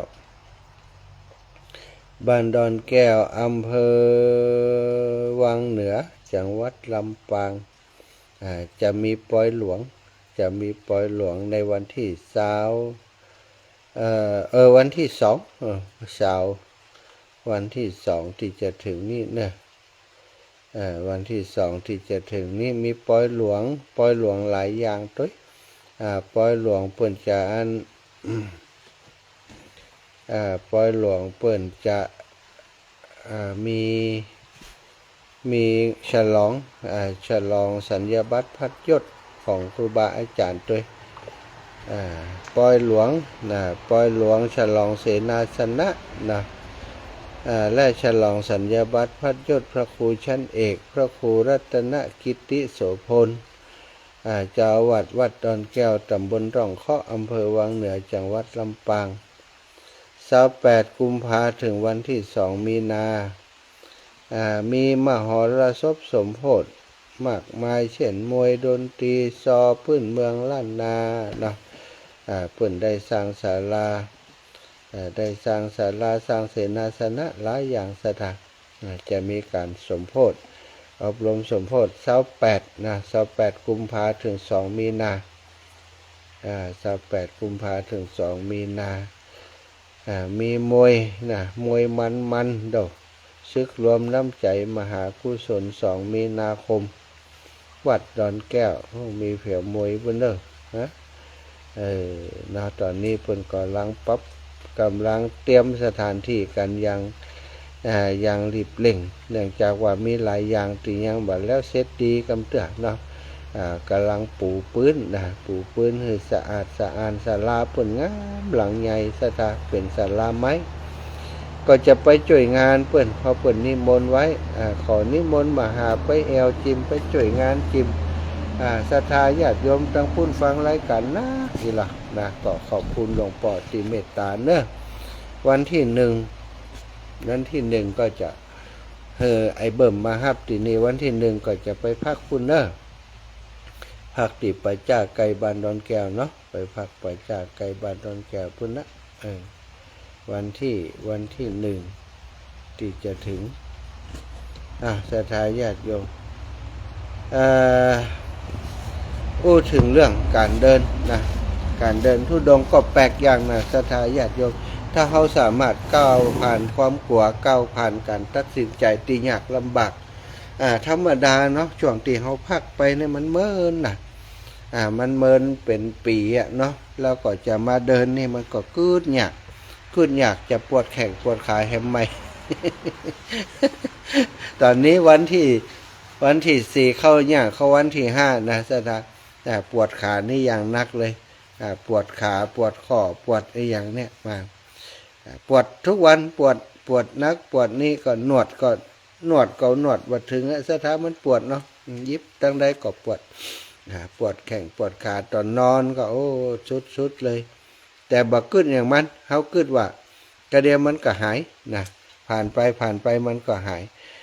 เพราะเคยติประสบการณ์ที่ผ่านมาถ้าโปนวันที่10ไปแล้วกำนั้นเบาวิวอะ สนใจอะจะปวดจะเมื่อยอย่างไรเดินขึ้นดอยขึ้นเขาได้สบายถ้าปน10 วันเป็นร่างกายมันอยู่ตัวตั้งแต่เดินมานี่ก็ขึ้นดอยมาหลายลูกแล้วเนาะแต่ว่าก็ยันขึ้นดอยจากเมืองงามมาถึงพะเยานี่ก็ขึ้นดอยมาตลอดเหมือนกันก็เริ่มจะดีขึ้นนะการเดินบางเตื่อตอนเที่ยวนี้ก่อนจะเดินก็รู้สึกว่าอันต้องบ่ค่อยดีต้องก็มีปัญหาแต่บ่เอามาเป็นข้ออ้างซะทะเดินไปมันจะต้องดีขึ้นในใจอย่างนั้นนะตอนนี้ก็รู้สึกว่าเริ่มดีขึ้นละต้องที่มันมีปัญหาเรื่องเหมือนกับกดไหลย้อนก็เหมือนกับจะเหมือนกับเป็นลมสถานตอนนี้ก็รู้สึกดีขึ้นละดีขึ้นเป็นว่าการเดินนี่มันบำบัดได้หลายอย่างการเดินเป็นสิ่งที่ทำให้เกิดความสนุกน่าตื่นเต้นแล้วก็ให้เกิดแรงบันดาลใจสถานคนเราโชคดีที่อยู่ในโลกที่การเดินทางสามารถทำได้ง่ายขึ้นและมีค่าใช้จ่ายน้อยลงและมีจำนวนคนเดินทางมากกว่าที่เคยเป็นมาผู้คนประมาณ 1.18 ล้านคนใช้เวลาเดินทางในแต่ละปีวันหยุดก็เดินริมหาดสบายอาจเป็นยาที่คุณหมอสั่งเป็นครั้งคราวแต่งานวิจัยหลายฉบับที่หันว่าการเดินทางในรูปแบบที่เหมาะสมคือการเดินทางเพื่อดื่มด่ำประสบการณ์มีความท้าทายเล็กน้อยและได้ใช้เวลาเดินทางนานขึ้นจะสามารถจัดระเบียบสมองวิธีและเปลี่ยนวิธีมองโลกของเฮาได้จะทำให้เฮาเป็นคนที่ดีขึ้นนี่คือเหตุผลว่าทำไม1การเดินทางช่วยเสริมสร้างความหันอกหันใจมนุษย์เฮาเกิดมาพร้อมกับความหันอกหันใจความสามารถที่จะรู้สึกถึงความเจ็บปวดของอีกคนได้ฝังแน่นอยู่ในสมองของเฮาและทำหน้าที่เป็นรากฐานความสัมพันธ์ที่ดีทั้งหมดแต่ก็เหมือนกับหลายๆสิ่งในชีวิตที่จำเป็นต้องมีการฝึกฝนอยู่เสมอศาสตราจารย์ที่ด้านจิตวิทยาที่มหาลัยฮาร์วาร์ดได้เผยแพร่ข้อมูลนะรวมถึงวารสารต่างๆในช่วงศตวรรษที่ผ่านมาถึงการที่คนเฮาเดินนะว่าเป็นสิ่งที่ทำให้เกิดประโยชน์คนเฮาเดินทำสร้างประโยชน์ให้ตัวเองได้คือมีความหันอกหันใจกันนักขึ้นแล้วก็ข้อที่2การเดินช่วยให้เฮาเข้าใจสิ่งต่างๆได้ลึกซึ้งยิ่งขึ้นการเดินทางแม้จะเดินทางโดยรถโดยอย่างก็แล้วแต่ถ้าเป็นการเดินทางเพื่อจะไปสัมผัสกับสิ่งภายนอกประสบการณ์ใหม่ๆช่วยให้เฮาคุ้นเคยกับสิ่งที่บ่คุ้นเคยท้าทายสมมุติฐานการเมารวมต่างๆที่มักส่งผลต่อมนุษย์ต่อมุมมองของเฮาที่มีต่อโลกประสบการณ์การใช้ชีวิตในการเดินทาง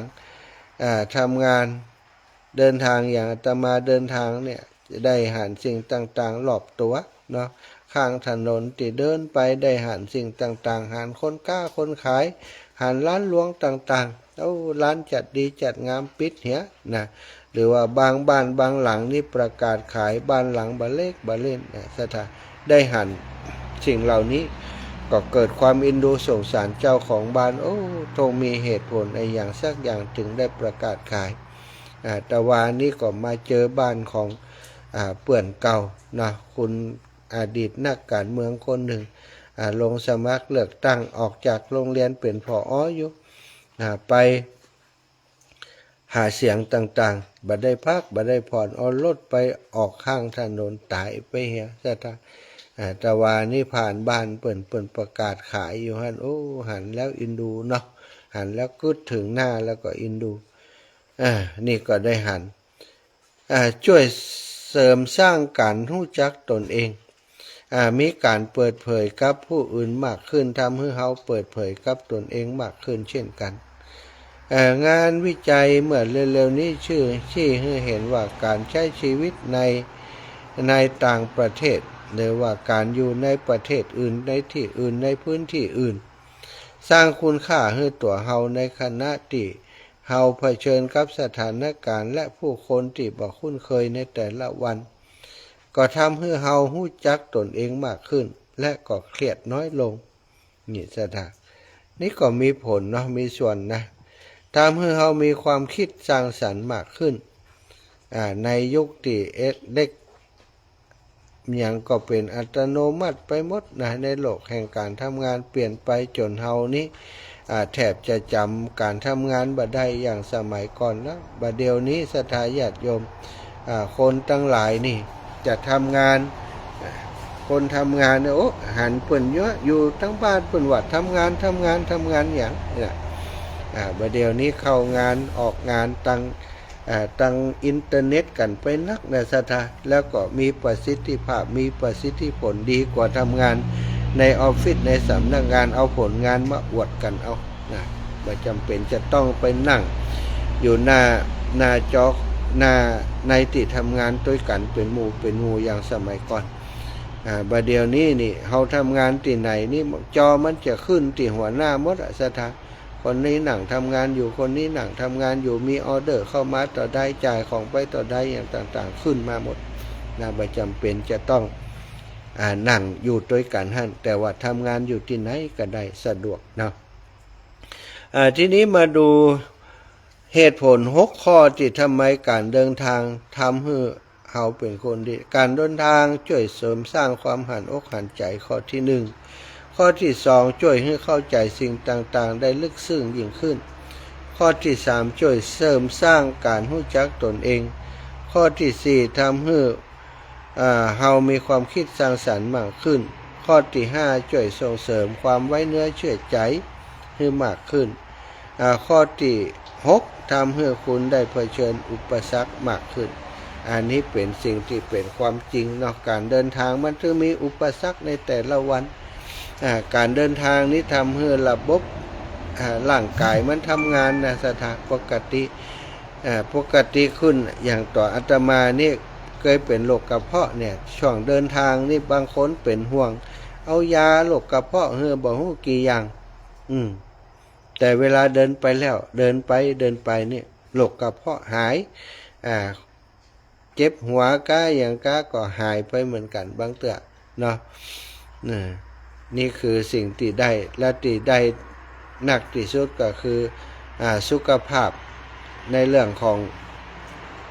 ความอ้วนนี่ถ้าเดินได้สัก3 เดือนนี่โอ้ลดลงแน่นอน ตอนนี้เดินได้ 4-5 วันกลางเงียงานตึ้งกึ่งอยู่ในสถานยังอ้วนอยู่นะถ้าเดินได้สักเดือน2 เดือนไปแล้วนี่เริ่มจะร่างกายเริ่มจะอยู่ตัวก็เดินวันค่ำเนาะวันละ25 ชั่วโมงเดินไปเหมือนกับเขาออกกำลังกายสม่ำเสมอมีการเคลื่อนไหวทั้งวันก็ย่อมจะลดได้เป็นที่แน่นอนเนาะเดินไปได้หันวัฒนธรรมประเพณีแต่ละที่ละแห่งมันก็บ่เหมือนกันได้หันสิ่งต่างๆที่สำคัญได้ทำบุญสถานได้สร้างบารมีได้สร้างความอดทนให้แก่ตนคนเดินธุดงค์นี่ถ้าบ่อดทนนี่เดินบ่ได้นะเดินบ่ได้เพราะแต่ละวันนี่มันเกินคำว่าอิดนะถ้าถามว่าอิดข้ออีเนี่ยมันเกินคำว่าอิดมันตึงอิดตึงห้อนตัวเดินไปแต่ว่าที่มันอยู่ได้เพราะมันเปิดห้องว่ามันเป็นพลังบุญ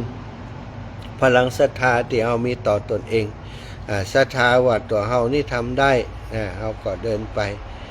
คนที่เดินทางไกลสมัยพุทธกาลเวลาอาตมาเดินนี่มันมีกำลังใจอยู่หั่นอย่าง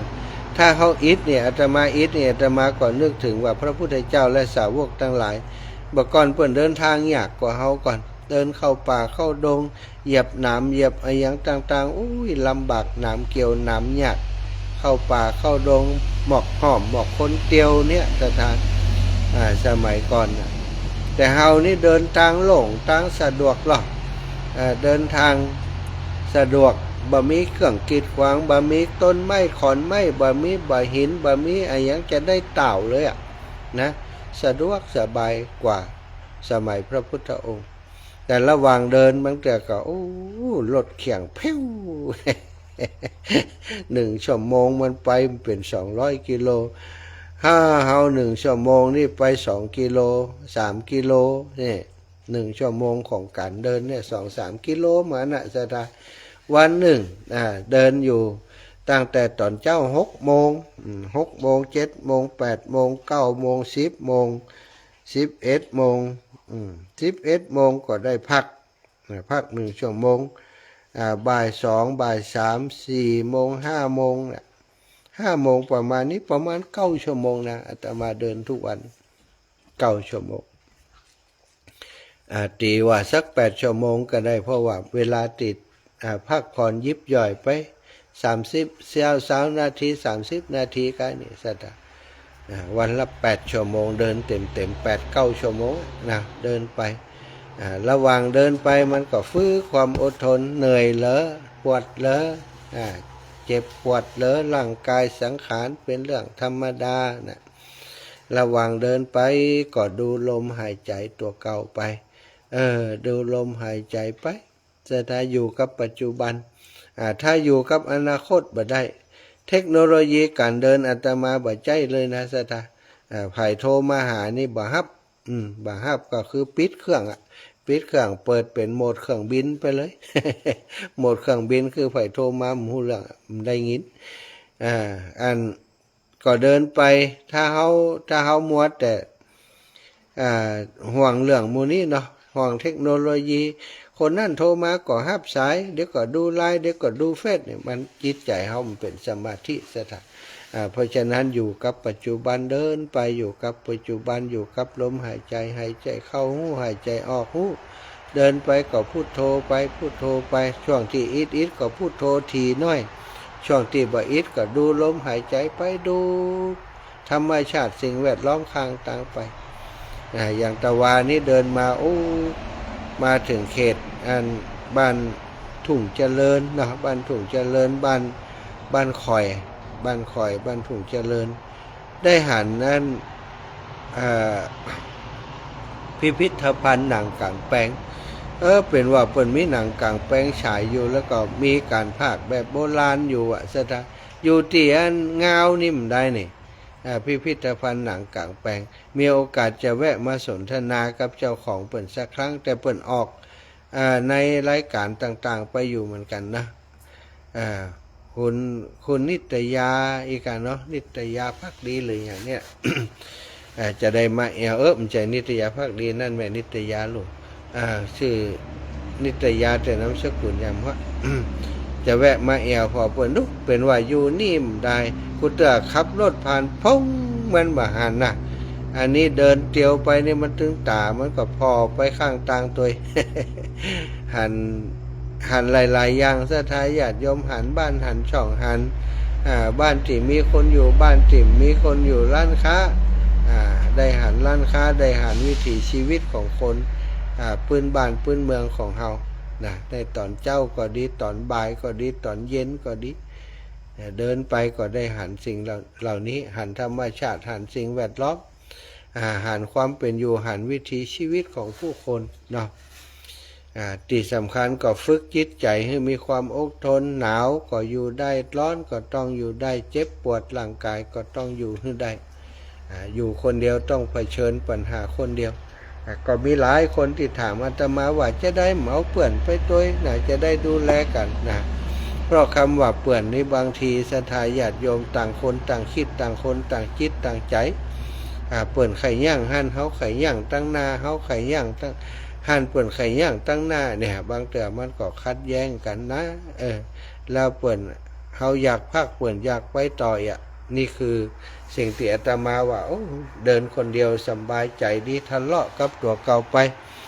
บางเตือตัวเก่าไอ้ย่างนี้ก่อนบอกแหมตัวบอกว่าไปต่อแหมน้อยเตอตะกี้นี่ย่างตะกี้นี่ตะกี้อย่างจะเป็นชั่วโมงมาแล้วก็เต้นหนาไปแหมน้อย เถียงกับตัวเก่า ไปเดินไปเนาะไผจะว่าผีบ้าก็จ้างมันเพราะว่าเฮาเถียงตัวเก่าจะมีไผฮู้ได้เฮาเนาะเถียงตัวเก่าไปอู้กับตัวเก่าไปชีวิตอยู่กับปัจจุบันสถาน ชีวิตของคนเฮาส่วนใหญ่เฮาเอาชีวิตไปไว้กับอดีตไปไว้กับอนาคตบ่ค่อยอยู่กับปัจจุบันหลายๆคนหาความเพลิดเพลินกับสิ่งที่เป็นสิ่งที่หลอกลวงสิ่งหลอกลวงอันเป็นทิพย์ที่มาในรูปของโทรศัพท์มือถือเข้าไปพอใน Facebook ไปพออดีตของคนอื่นไปพออดีตของตัวเก่ารูปที่ถ่ายไว้ตะวานี้เนี่ยวันซืนนี่วันก่อนนั้นเอามาพอเอามาแยงเอามาดูไปพอข้อความของคนอื่นไหลไปเปื่อนคนนั้นมันคิดอย่างใดคนนี้มันคิดอย่างใดบ่สนใจความคิดของตัวเก่าตัวคิดอย่างอยู่แต่ไปสนใจสิ่งภายนอกนะคนส่วนใหญ่เป็นอย่างอันไปเหียบางคนหนังเขียวันขำเขียพอเรื่องของคนนั่นคนนี้หู้เรื่องของคนอื่นไปกูอยากแต่ลืมหู้เรื่องของตัวเก่าเป็นอย่างใดนี่มันใครหู้เนาะ ถ้าเป็นอย่างใดก็จะหู้ก่อแหมกรรมถ้าโคดมาโพดลงเฟซโพดลงเฟซโพดลงไลน์ด่าคนนี้แจ่งคนนั่นแจ่งคนนี้ภาษาที่บอกคุณล้ำข้ามแห่งใจตะเมินมาก็เอามาใจกูมึงคิงฮาอิบะนะแสดงให้หันถึงวุฒิภาวะของคนเฮาบางครั้งบางทีโคดมาแล้วบ่ฮู้จักระงับยับยั้งชั่งใจนะ เอามาโฟดด่าในพื้นที่ของ Facebook ถึงจะเป็นพื้นที่ของส่วนตัวสถาแต่โพดออกไปแล้วมันมีส่วนตัวเพราะมันลงไปในสาธารณะคนทั้งหลายก็หันบางคนหันแล้วแชร์ไปแชร์โดยความสนุกสนานพออีนี่ลุกเนี่ยมันโคตรอย่างไผฮะ หันมันโฟดหันมันนี่หันเนี่ยสถาญาติโยมถึงวันนี้เราอยู่กับเรื่องราวของคนอื่นบ่ได้อยู่กับเรื่องราวของตัวเก่าเราFacebook ที่ออกมานะเป็นเรื่องราวของคนอื่นถึงนั้นน่ะที่เขาเข้าไปพอดิมดีก็ปุ๊ดไปพอเขาขายของนะบางป่องก็ฉลาดนะมาขายของบัดเดี๋ยวนี้แน่นหนาที่ขายของในเฟซในไลน์ขายของใน Facebook นี่เอามาโพสต์ขายของไปดูของดูไปดูมาสั่งซื้อไปเสียแล้วได้ของมาของบัดตรงปกสกรรมแต่บัดเดี๋ยวนี้ดีน้อยหนึ่งกฎหมายเปิดคุ้มครองเปิดพอของก่อนท่ามใจคืนนี่มันก็เลยป้องกันคนบริโภคผู้ซื้อนะเข้าไปในห้างมันมีสถานเรื่องราวความบันเทิงเรื่องราวความขัดแย้งเรื่องราวที่ดูแล้วบัดสบายใจเรื่องราวที่ดูแล้วเป็นบันเทิงเริงรมย์ม่วนใจก็มีนะมีละครสั้นผ่องไอยังผ่องอยู่ในห้างหมดนี่ตอนเดินธุดงค์นี่เรื่องเหล่านี้ต้องเขี่ยออกไปหมดนะต้องฝึกฝนบ่ให้มีสิ่งเหล่านี้เข้ามา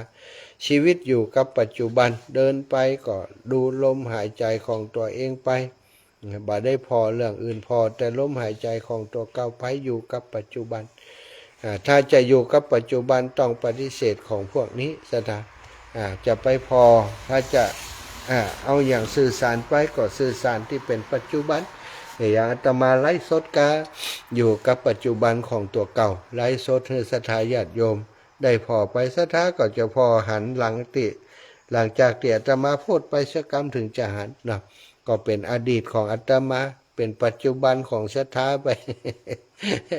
ส่วนใหญ่ก็จะเอาเรื่องดีๆมาลงนะเรื่องความขัดแย้งเรื่องความบ่สบายใจอย่างต่างๆ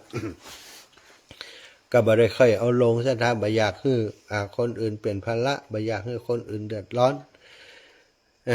นี่ก็ฝากกับศรัทธาญาติโยมไว้ถ้าอยากจะใช้ชีวิตอย่างมีความสุขอยู่กับปัจจุบันให้ได้อย่าไปใส่ใจในอดีตที่ผ่านไปนักเรื่องราวที่มันผ่านไป เป็นอดีตไปก็ผ่านไปเป็นอดีตไปปล่อยมันเป็นอดีตผ่านไปบัดต้องไปเก็บไปคุยไปค้นมาตัวเก่ามันทุกอกทุกใจเนาะเรื่องราวมันผ่านไปแล้วก็มันผ่านไปตามกระบวนการของคำว่าอดีตผ่านไปอดีตคือสิ่งที่มันผ่านไปบ่สามารถจะกู้คืนบ่สามารถจะเอาอย่างคืนมาได้ได้กับท่านอาจารย์มาอยู่ในโทรศัพท์พอได้แต่ว่ามันก็พอของอดีตบ่ได้เป็นของปัจจุบันซะนะเนาะอันนี้พออดีตแล้วก็บางเตือก็ทำให้เฮาทุกข์หรือว่าทำให้เฮาสุขแต่มันก็เป็นอดีตเหมือนกันเอามาใจบ่ได้พระพุทธองค์ได้ทรงตรัสสอนสาวกทั้งหลายท่านทั้งหลายอย่าประมาทในอารมณ์ต่างๆที่มากระทบเรื่องราวต่างๆมันผ่านเข้ามาในชีวิตมันก็ผ่านไปผ่าน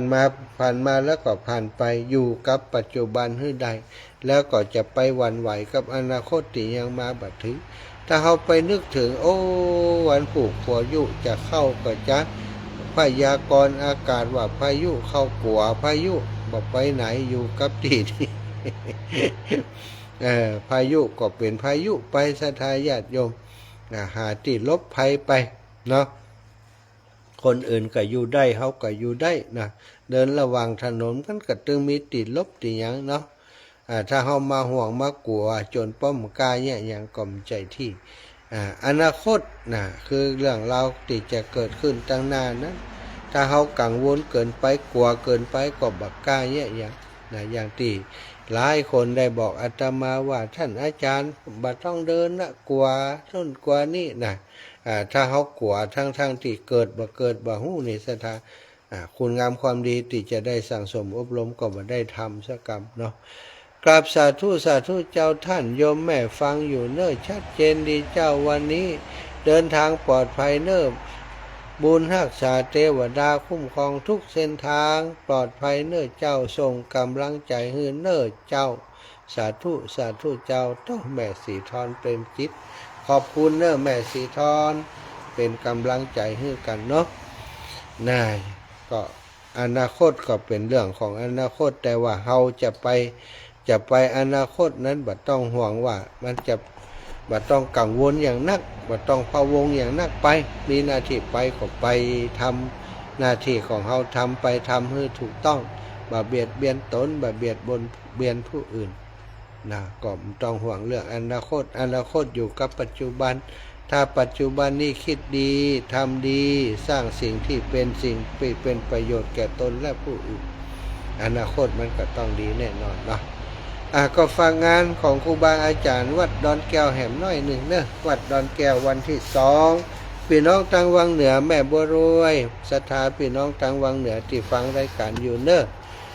วันที่2ปะกันที่วังเหนือวันที่1ตอนเย็นไปถึงละวันที่1ตอนเย็นก็จะไป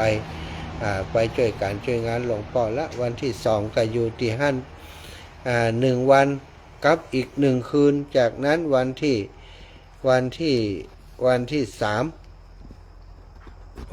3ก็จะออกเดินต่อจากจุดที่พักเนาะบอกว่าพักที่ไหนนะตอนนี้ก็ยังแหมหลายวันเนี่ยวันนี้25เนาะวันนี้24 25 26 27 28 29 30ที่1โอ้ถ้าจะถึงใกล้เมืองน่านแล้วก็ดีกว่าเมืองน่านเพิ่นนะ คนไปหับไก่หน่อยเนาะไปหับไก่หน่อยก็จะวนอยู่แถวนี้ก่อนเดี๋ยวจะไปพะเยาอาจจะขึ้นไปเมืองพานสักวันบ่ฮู้เนาะเพื่อจะให้คนไปหับบ่ต้องเดินทางไกลข้ามไปถึงเมืองน่านไปพะเยาอาจจะขึ้นไปอำเภอพานไปวนแถวอำเภอพานไปสันละครมาแน่เนอะพี่น้องสันละครอาจจะมาสันละครหาท่านอาจารย์ขวัญนะทุกปีขวัญนะไปสันละครไปจากนั้นก็จะมาเริ่มต้นที่จุนเนาะไปทางเส้นเชียงคำบอกว่าเส้นได้ใกล้นะได้ดูแผนที่ก็จะถามคนในพื้นที่ก่อนจากนั้นก็จะเข้าไปเมืองน่านคงจะวนอยู่แถวนี้ก่อนเดินไปทาง เมืองพานนี่มีคนฟังรายการเยอะอยู่พี่น้องเมืองพานโทรมาพร้อมกันเนาะจะให้ไปแอวหาก็อยู่ที่ไหนตั้งใดจะสดไปหาตังเมืองพานสักกำสดไปเมืองพานสักวันจากอำเภอเมืองเนาะอำเภอเมืองไปแม่ใจไปอำเภอพานจังหวัดเชียงรายวนแอวอำเภอพานเหี่ยก่อนแล้วก็จากนั้นก็จะไปวัดดอนแก้ววังเหนือไปช่วยการช่วยงานเสร็จแล้วก็จะมาเริ่มต้นออกเดินที่แยกวังเหนือสถานแยกวังเหนือจะไปจะไปตังแยกวังเหนือจะเลี้ยวเข้าไปเงาแล้วก็แหมต่างถ้าเลี้ยวซ้ายไปเลี้ยวขวาไปเงาเลี้ยวซ้ายไปพะเยาแล้วก็ถ้าตรงไปนี่ถ้าจะออกทางเชียงคำนี่เชียงคำก็โซดไปเมืองน่านในที่สุดนี่จะไปสายนี่เนอะจะไปสายนี่แต่ว่าจะช่วงนี้นี่จะเดินไปทางพะเยาแล้วก็โซดไปทางอำเภอพานเหี่ยก่อนเพราะก่อนมาอันนี้คนขับเพิ่นจะไปฮับไก่ไปฮับทางเมืองน่านเพิ่นก็จะลำบากคนฮับเพิ่นเนาะเหตุผลก็คือจะต้องกลับไปที่ดอนแก้ววังเหนือแหมรอบนึงไปช่วยการช่วยงานครูบาอาจารย์เพิ่นก็มีงานใหญ่มีงานปล่อยหลวงของวัดดอนแก้วเนาะครูบาอาจารย์ได้เป็นได้สัญญาบัตรพัดยศชั้นเอกแล้วก็เพิ่นฉลองเสนาสนะที่วัดดอนแก้วตัววัดดอนแก้วนี้เป็นวัดเก่าวัดแก่ของชุมชนสถาสร้างมาเมินนานแล้วก็หลวงพ่อท่านพระครูเปิ่นได้พัฒนามาโดยตลอดเนาะได้อนุรักษ์รักษาและได้ทำโครงการร่วมกับทางภาครัฐทางคณะสงฆ์และภาครัฐภาคประชาชนเป็นวัดที่ดีเด่นด้านเรื่องของการรักษาศีล5มีกฎระเบียบในชุมชนเปิ่นหลายอย่างวัดนี้ก็สร้างพระสงฆ์องค์สังฆเจ้าหลายรูปหลายองค์เนาะไปเป็นสมภารเจ้าอาวาสกินหัววัดที่วัดอื่นๆหลวงพ่อท่านพระครูก็มาหาจะมาโดยตรงวันก่อนก็ไปหาที่วัดท่าส้มปล่อยไปอู้จากันรายละเอียดงานตะกี้ก็หันเป็นทรงมาแล้วว่าจะมีงานตั้งแต่วันที่28ถึงวันที่2วันที่28นี้เปิ้นจะมีดาตั้งแต่วันที่28นี้ไปละเนาะมีซอมีลำวงมีมวยมีสปะนะการบันเทิงเปิ่นมหรสพต่างๆตลอดงานวันที่28ถึงวันที่2ไปพบปะกันปุ่นเนอะพี่น้องวังเหนือพี่น้องวังเหนือแม่เอ้ยบ้านใหม่วังมูลเขานะพี่น้องทางวังเหนือในพื้นที่ตำบลหล่องเคาะตำบลวังเหนือนะเขาไปปะกันที่วัดดอนแก้วนะไปปล่อยหลวงด้วยกันปุ่นเนอะวันที่1ตอนเย็นไปถึงปุ่นนะจองปัจจ้าแถวบ้านดอนแก้วก็ได้ตีมันอัดปัจจ้าอาจจะห่างออกจากวัดดอนแก้วไปถ้าวัดดอนแก้วแต่ถ้าจำไหวซะ ไกลๆบ้านดอนแก้วฮะนี่กลัวเสียงมันจะดังตุ้งตังเนาะก็จะนอนปัจจ้าแม่บ่ลอยแรงจริงซอปัจจ้าให้จิมเนอะที่ห่างจากบ้านดอนแก้วไปสอบปัจจ้าติสัปปายะน้อยจะได้พักอยู่อย่างสบายเนาะจะไปพักปัจจ้าเอาเนอะบ้านดอนแก้ววังเหนือน้ำจะดอนแก้วเมืองปานศรัทธาญาติโยมพอสายตี40นาทีศรัทธาญาติโยม พี่น้องตังวังเหนือพี่น้องตังเมืองปานที่ฟังตอนเจ้าเนอะโทรมาหากันพ่องวังเหนือเมืองปานตังเมืองลำปางแล้วก็ตังเชียงใหม่พะเยาเชียงรายแปะน่านตังเมืองฝางเนาะตะกี้ตังแม่สะเมืองก็โทรมาแล้วตังสายใต้แม่สายทองแม่สายพิน แม่สายทองแม่สุกแก้วแม่เพนตังเพยำโทรมากำเตือ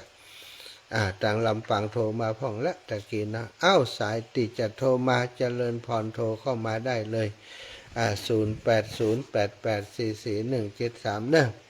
0808844173เริ่มโทรเข้ามาได้ละ โครงการนี้มีคนถามว่าท่านอาจารย์จะเดินกี่เดือนก็เดินไปจนถึงวันที่13เดินไปถึงเฉพาะโครงการธรรมยาตราเพื่อการศึกษานะเดินไปถึงวันที่13เดือนเมษาแล้วก็จะทอดพระป่าที่โรงเรียนบ้านทุ่งโป่งวันที่13เมษาก็ถือว่าจบโครงการ13เมษาแต่ส่วนจะเดินต่อนั่นก็แหมเรื่องเจริญพรแม่ปราณีแม่มะนี สาธุเจ้าไม่ฟังยังเลย นี่คนลำปางกะ คนละปูนเจ้า แล้วมาอยู่บ้านห้วยฮีลำปางแหละ เจ้า ไปละปูนวันเดียว อ้างเป็นคนละปูน เนี่ยบางคนเหมือนการเดินทางเนี่ย สบายมากต้องห่วง เนี่ย ดีไหม เจ้าค่ะมีสิ่งศักดิ์สิทธิ์คุ้มครองฉันอยู่ เจ้ามีครูบาอาจารย์เพื่อนตึ้งต้วย เจ้า แปลงที่นอนนี่เปิ่นตึ้งวันนะ แม่ห่วงเรื่องกระเพาะเนี่ย มันดีขึ้นนะอีแม่ดีขึ้นกว่าอยู่ปกติก่อนนะ จะไปลืมฉันให้ตรงเวลาเด้อ ใช่ฉันตรงเวลาอยู่ตอนเจ้าก็ฉันปกติตอนเพลนก็ปกตินั่นแหละ จะไปให้มันกลับมามันทรมานเปลี่ยนยังไงเป็นทรมาน เจ้า ให้เป็นกำลังใจให้เลย สาธุสาธุ แข็งแรง สาธุ เดิน เจ้า ให้ แม่ มีความสุข เจ้าความ ขอบ สุ คุ ข ณมาขาดสถาตุ เจ้าฝากถึงวัน เนี่ย เนอะ ติดตามตลอดเด้อ เจ้าสาธุสา มั ธุ นได้โทรมัน อืม รบกวน อืม สมาธิ บอกอุ้ยตัวบอกหมาน้อยตัวเด้อ โอ้จม จมเนี่ย อย่าเปิดให้รู้ทั้งวันแรกก็ไปนอนอย่างท่านไม่ได้ คนกับบ่มีฝนจักแยงว่ะมันสู้ได้หมดนั่นอยากแค่เปิดให้ฝนถึงวันนะ อ๋อเจ้า ก็จม สาธุนะแม่นะ เจ้าสาธุเจ้า บุญรักษาไปแม่เพ็ญแม่เพ็ญอยู่ไสแม่เพ็ญคนสู้ชีวิตหายไปแล้วเจริญพรแม่ย่านวลยอดคำปัน เจ้าไว้สาเจ้าเดือนกุมภานี่มี28วันมาใจกันเจ้า 28ล่ะถึง30กันกะ ไปถึงจะได้เขาฟังลูกอู้ก็สักฟังเข้า30ว่า นับติ๊กๆล่ะฮะนับไปถึง30กันกะโอ้หลายลุละอัน ก็น่ากับแม่ฟังว่าอย่างมี นี่ก็ฟังแต่ฟังว่าโลดเนี่ย น่ากับนี่28วันน่ากับ 28เนาะวันที่28แล้วก็วันที่1ที่2เนาะ เจ้าเดี๋ยวจะนับไป30เรื่องบนไปเนี่ย เขาก็ว่า28 29 30มีเนื้ออีกอ่ะ มีเจ้าวันที่28 ขอบคุณนะแม่ จังข้างก็มี29อยู่นะ ใจเดือนนี้มี28ล่ะ เจ้าเรื่องนี้นะไทย28เนี่ยสมได้พอปฏิทินนะ อ๋อ แต่ เจ้า กุมภาพันธ์นี่มันจะบ่ถึง30สักเดือนนะ ใจ28 29 เจ้าแล้วก็เดินทางนี่ก็ได้ประสบการณ์หลายอย่างเนาะ จ้าแม่ ได้เป็นความสุขของชีวิตเนาะ ใจแล้ว เจ้าแม่ฟังด้วยแม่ก็มีความสุขด้วยเหมือนกันที่ลูก อ๋อดีแล้ว เดิน เนาะ ทางนี่เนาะ ใช่แม่ เป็นห่วงอยู่ เจ้า ขอให้อยู่ไปปลอดภัยเนอะเก็บรักใจตัวเอง สาธุเจ้า เจ้า แล้วค่อยปะกันแม่เพนคนสู้ชีวิตแสงไฟ ตาว่าเจ้าแสงไฟสว่างตาแสงธรรมะสว่างใจสว่างตาได้แสงไฟสว่างใจได้แสงธรรมเจ้า ฟังชัดเจนเรื่องรู้จักท่านมาหาเดินทางไปได้ปลอดภัยเนอะ เจ้าเดินแล้วจะไปแอวหาเนอะเอาบุญไปมือเนอะ เจ้ามาเลยเจ้ามาเลยเจ้านี่บุญมาเด้อไว้ตาเจ้า สาธุพี่น้องเลี้ยง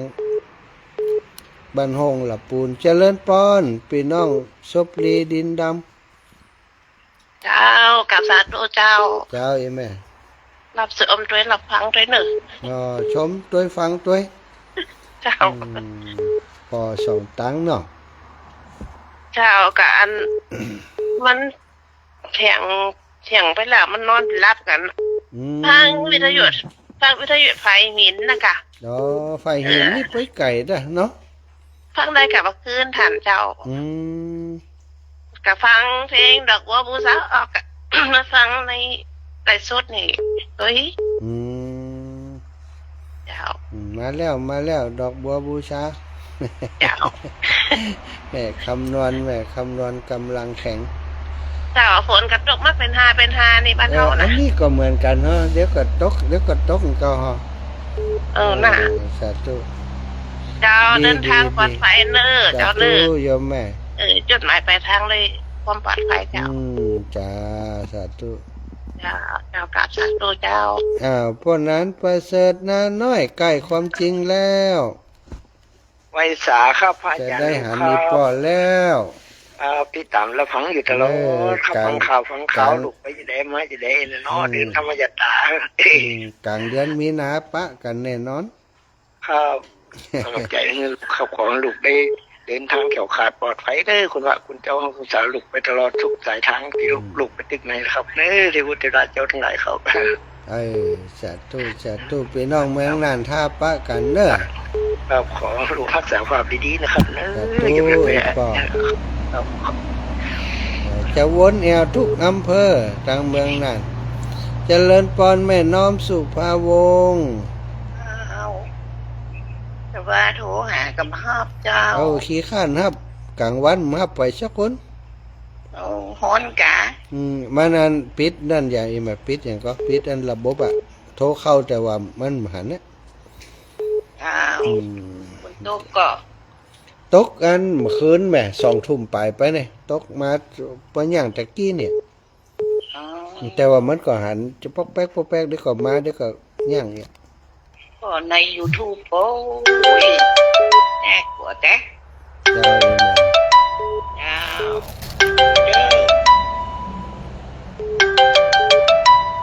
เจ้า เจริญพรไผ่ไปโทรเข้าร้ายตรงเต็งไปนะเลยลึกทำไมเจริญพรแม่ ขากันดั้งเลย สายนะเขาโทรเขาอย่างปุ่น กะแม่เป็นห่วงลูกหนาวฝนตกอ่ะ ใหญ่แล้วไม่ต้องห่วงอยู่ในร่มแล้ว เจ้าของลูกแม่เดินปลอดภัยเลยทุกสิ่งทุกอย่างปกปักรักษาเต็มหมดเลยนะพันธุ์อินพันธุ์ของรักษาลูกของแม่แม่รีบมาหนีจะปลอดภัยทุกอย่าง สาธุนะบุญรักษาแม่สมบูรณ์บ้านไร่ศิลาทองของสาธุท่านอาจารย์อาจารย์ตื่นบิณฑบาตหรือยัง ต้องเลยลูกตื่นแล้วตอนเมื่อคืนที่ฝนตกปล่อยๆที่ไว้ผมที่นี่ตกเยอะเลยครับประมาณ2 ทุ่มตวงน้ำได้หลายถังเลยผมใส่จะตกเมื่อวันนี้เขาบอกไม่เคยรู้เดียววันนี้เขาบอกครับผมหลวงตาบุญรักษาหลวงตาแม่อุ้ยอินคนเช่าก็จะหาอารมณ์ดีคนลึกวิทยุแล้วนะคนลึกหลวงนี่ปิดยังวิทยุอันนี้ปิดยังมันจะได้ยินละไม่แค่โฆษณายักษ์กสิกรรมแล้วแต่โทรศัพท์แล้วปิดรับเลยเนอะตอนไปพักเที่ยวโทรหักปิดโทรศัพท์เนาะโทรศัพท์ปิดถ้าห้าคนนั่นคนนี้ใจมันกึดกับคนอูนน่ะมันฟังห้าไข่สักคนสบายใจฟังโดยฟังพอไลฟ์สดก็สบายใจเมาหัวก็หายจ้าเมาหัวหายแล้วดีแล้วเนี่ยเจ้าดีจะเดินจ้าสาธุเจริญพรครับนมัสการท่านได้ปสงัดกะ ครับผม โอ้ โอ้ชีวิตต้องต่อสู้เนาะ ชีวิตต้องต่อสู้ไม่มีอะไรได้มาฟรี ครับ เนาะความดีต้องเร่งท มันต้องได้นี่ต้องผจญภัยเนาะ ำอืม ทำอาหาร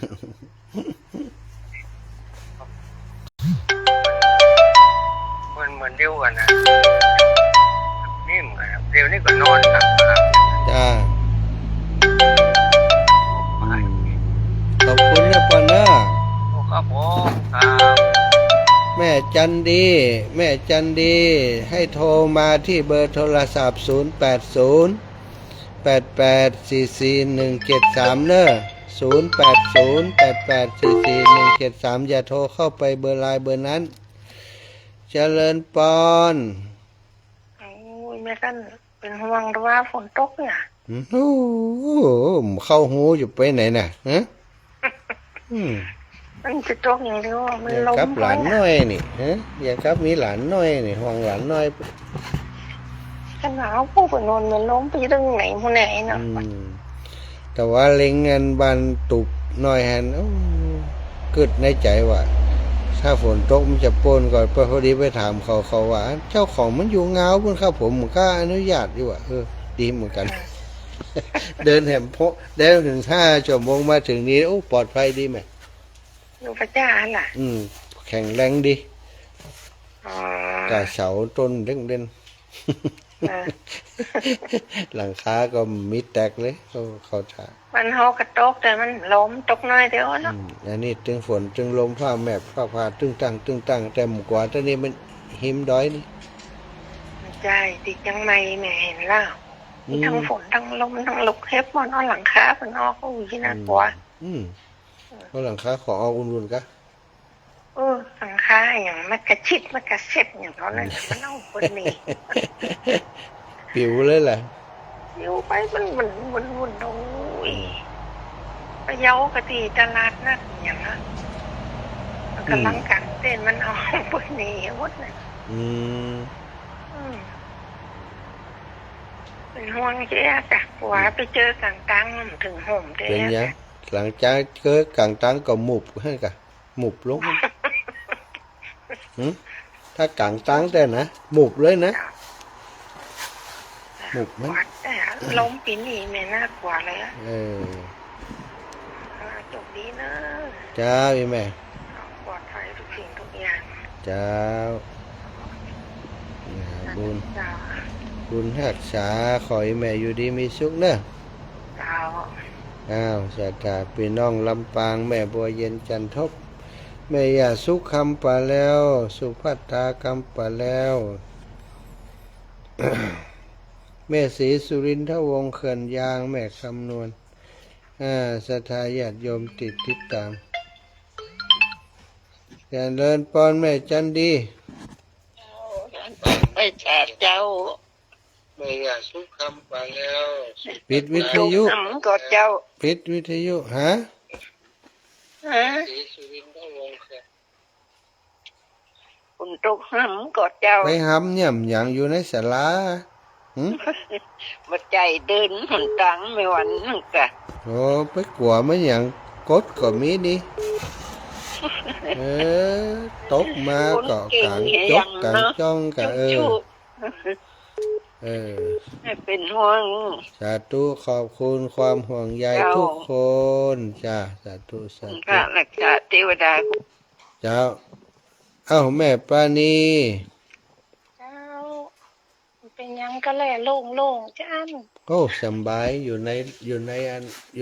ในศาลาเงินหนา แต่มันหลงเข้าหาก็แหละ อันเปิ่นมีอันอย่างก็มีติดบังเหี่ยวกำแพงบังเห็นน่ะ เจ้ากันนึกว่า เห็นแปลงบังตั้งหลังดีหน่อย เจ้าดีละ เจ้า หลมหนักนะ เจ้า ปีกหมาจะไปนอนประจ้าห้วยฮีเสียกำกัน เจ้ามาเถอะ สาธุเจ้าประจ้าห้วยฮีนี่โอ้ต้นไม้งามเจริญปอนแม่บุญไรพงพิง ทำไมตาเจ้าแม่เดี๋ยวนายน้ำโยนยังไง พี่น้องเมืองเป้าฝนตกนักก็ เจ้าตกดีตกงามอ่ะแม่ โอ้ตกดีตกงามดีแล้วเนาะใบไม้มันจะได้เปียะเปียะแล้วก็อันปวกมันจะได้กินใบไม้ได้อ่ะ เจ้าวันนั้นแม่มันทอดเอาแม่กับหลานไก่ย่างไปใส่น้ำหน่อยดูมันทำไงก็เป็นห่วงลูกแม่กามเดี๋ยวนี้มีไหนแม่ อยู่เมืองพะเยาขึ้นแล้วสบายมากทั้งเว้ยมันต้องห่วงเนอะ เจ้า ทั้งเพศนี่ เพราะ ก็ อากาศหัวคนเป็นแม่มัน สาธุสาธุปลอดภัยดี อย่างนี้ก็ดีใจแล้วเนาะแม่เนาะ เจ้าแม่บุญรักษาแม่เด้อเอาบุญมาฝากทุกคน เจ้า ฝากศรัทธาญาติโยมได้บุญไปด้วยกัน เจ้าแม่เจ้าสวัสดี เจ้าแม่บุญไลพงพิงอำเภอเปร้าหลายท่านหลายคนก็ทักทายมาทางเฟซทักทายมาทางไลน์เนอะขอบคุณเนอะทางเฟซทางไลน์ทุกสายทุกคน ฝากความห่วงใยมาแม่ครูธัญญาคุณโยมกนกพิชัยนานะทางเมืองฝางเนาะขอบคุณหลายๆขอบคุณมากมายนะมัสการ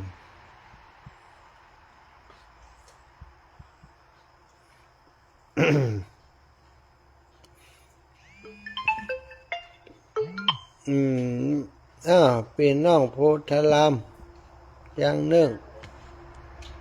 ทางอยู่เจ้า ยังอยู่กะไปกัดไปขายของก็ ไปเจ้า อันนั้นเปิ่นเตเห็นเนาะแม่เนาะที่ท่านแล้วที่เขาเดินพามท่านแล้วเนี่ย อ๋อไปได้เตะเราลงไม่เอาลงเลย กะ เราลงหลวง โอ้แล้วเปิ่นแปลงเห็นกะ เพิ่นแบบไหนก็เพื่อเอาไว้ทางตลาดนะ อ๋อล้มหลวงแหละ เจ้าบอกวันที่เจ้าพฤษภาแล้วเหรอ โอ้เขานึกว่าเปิ่นเตน่ะ ไปได้เตะเจ้า ดีล้มเตคือเนาะ เจ้า ไอ้แม่อยู่ดีสบายเนาะ เราสบายดีเต็มไม่ได้โทรมาได้จะติดตามอยู่ตลอด ดีแล้วเนอะขอบคุณแม่ เจ้า หลายๆนะ เจ้า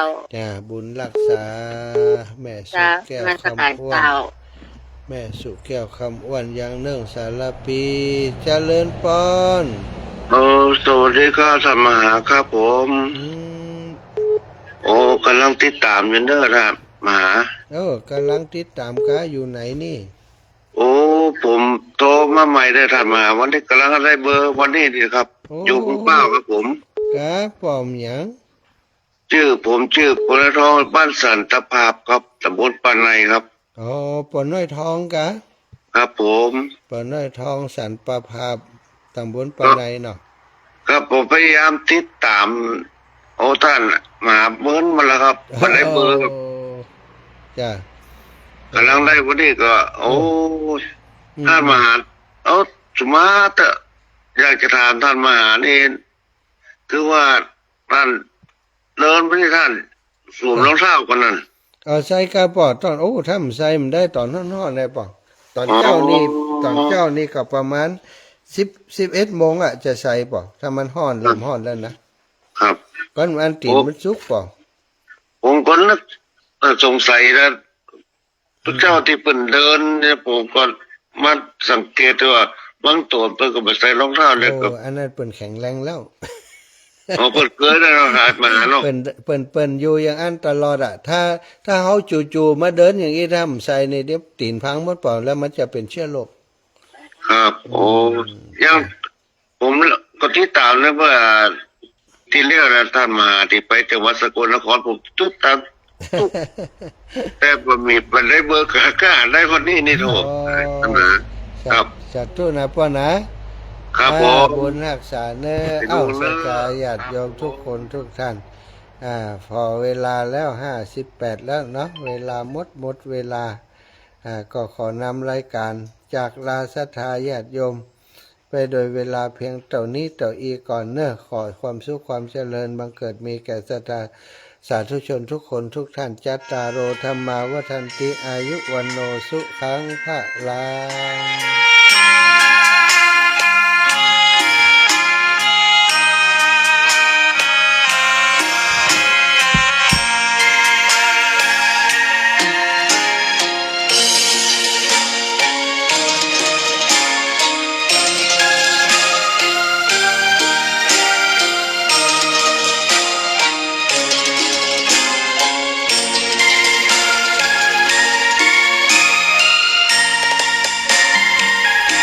อกบัวดอกหนึ่งพึงใจไว้เพื่อบูชาแด่องค์พระศาสดาสัมมาสัมพุทธเจ้ามีความงามเงียบไม่เปรียบเทียบเขาเทียบเราใครมองไม่งามช่างเขาแต่เจ้าก็คือดอกบัวด้วยความสัตย์ซื่อ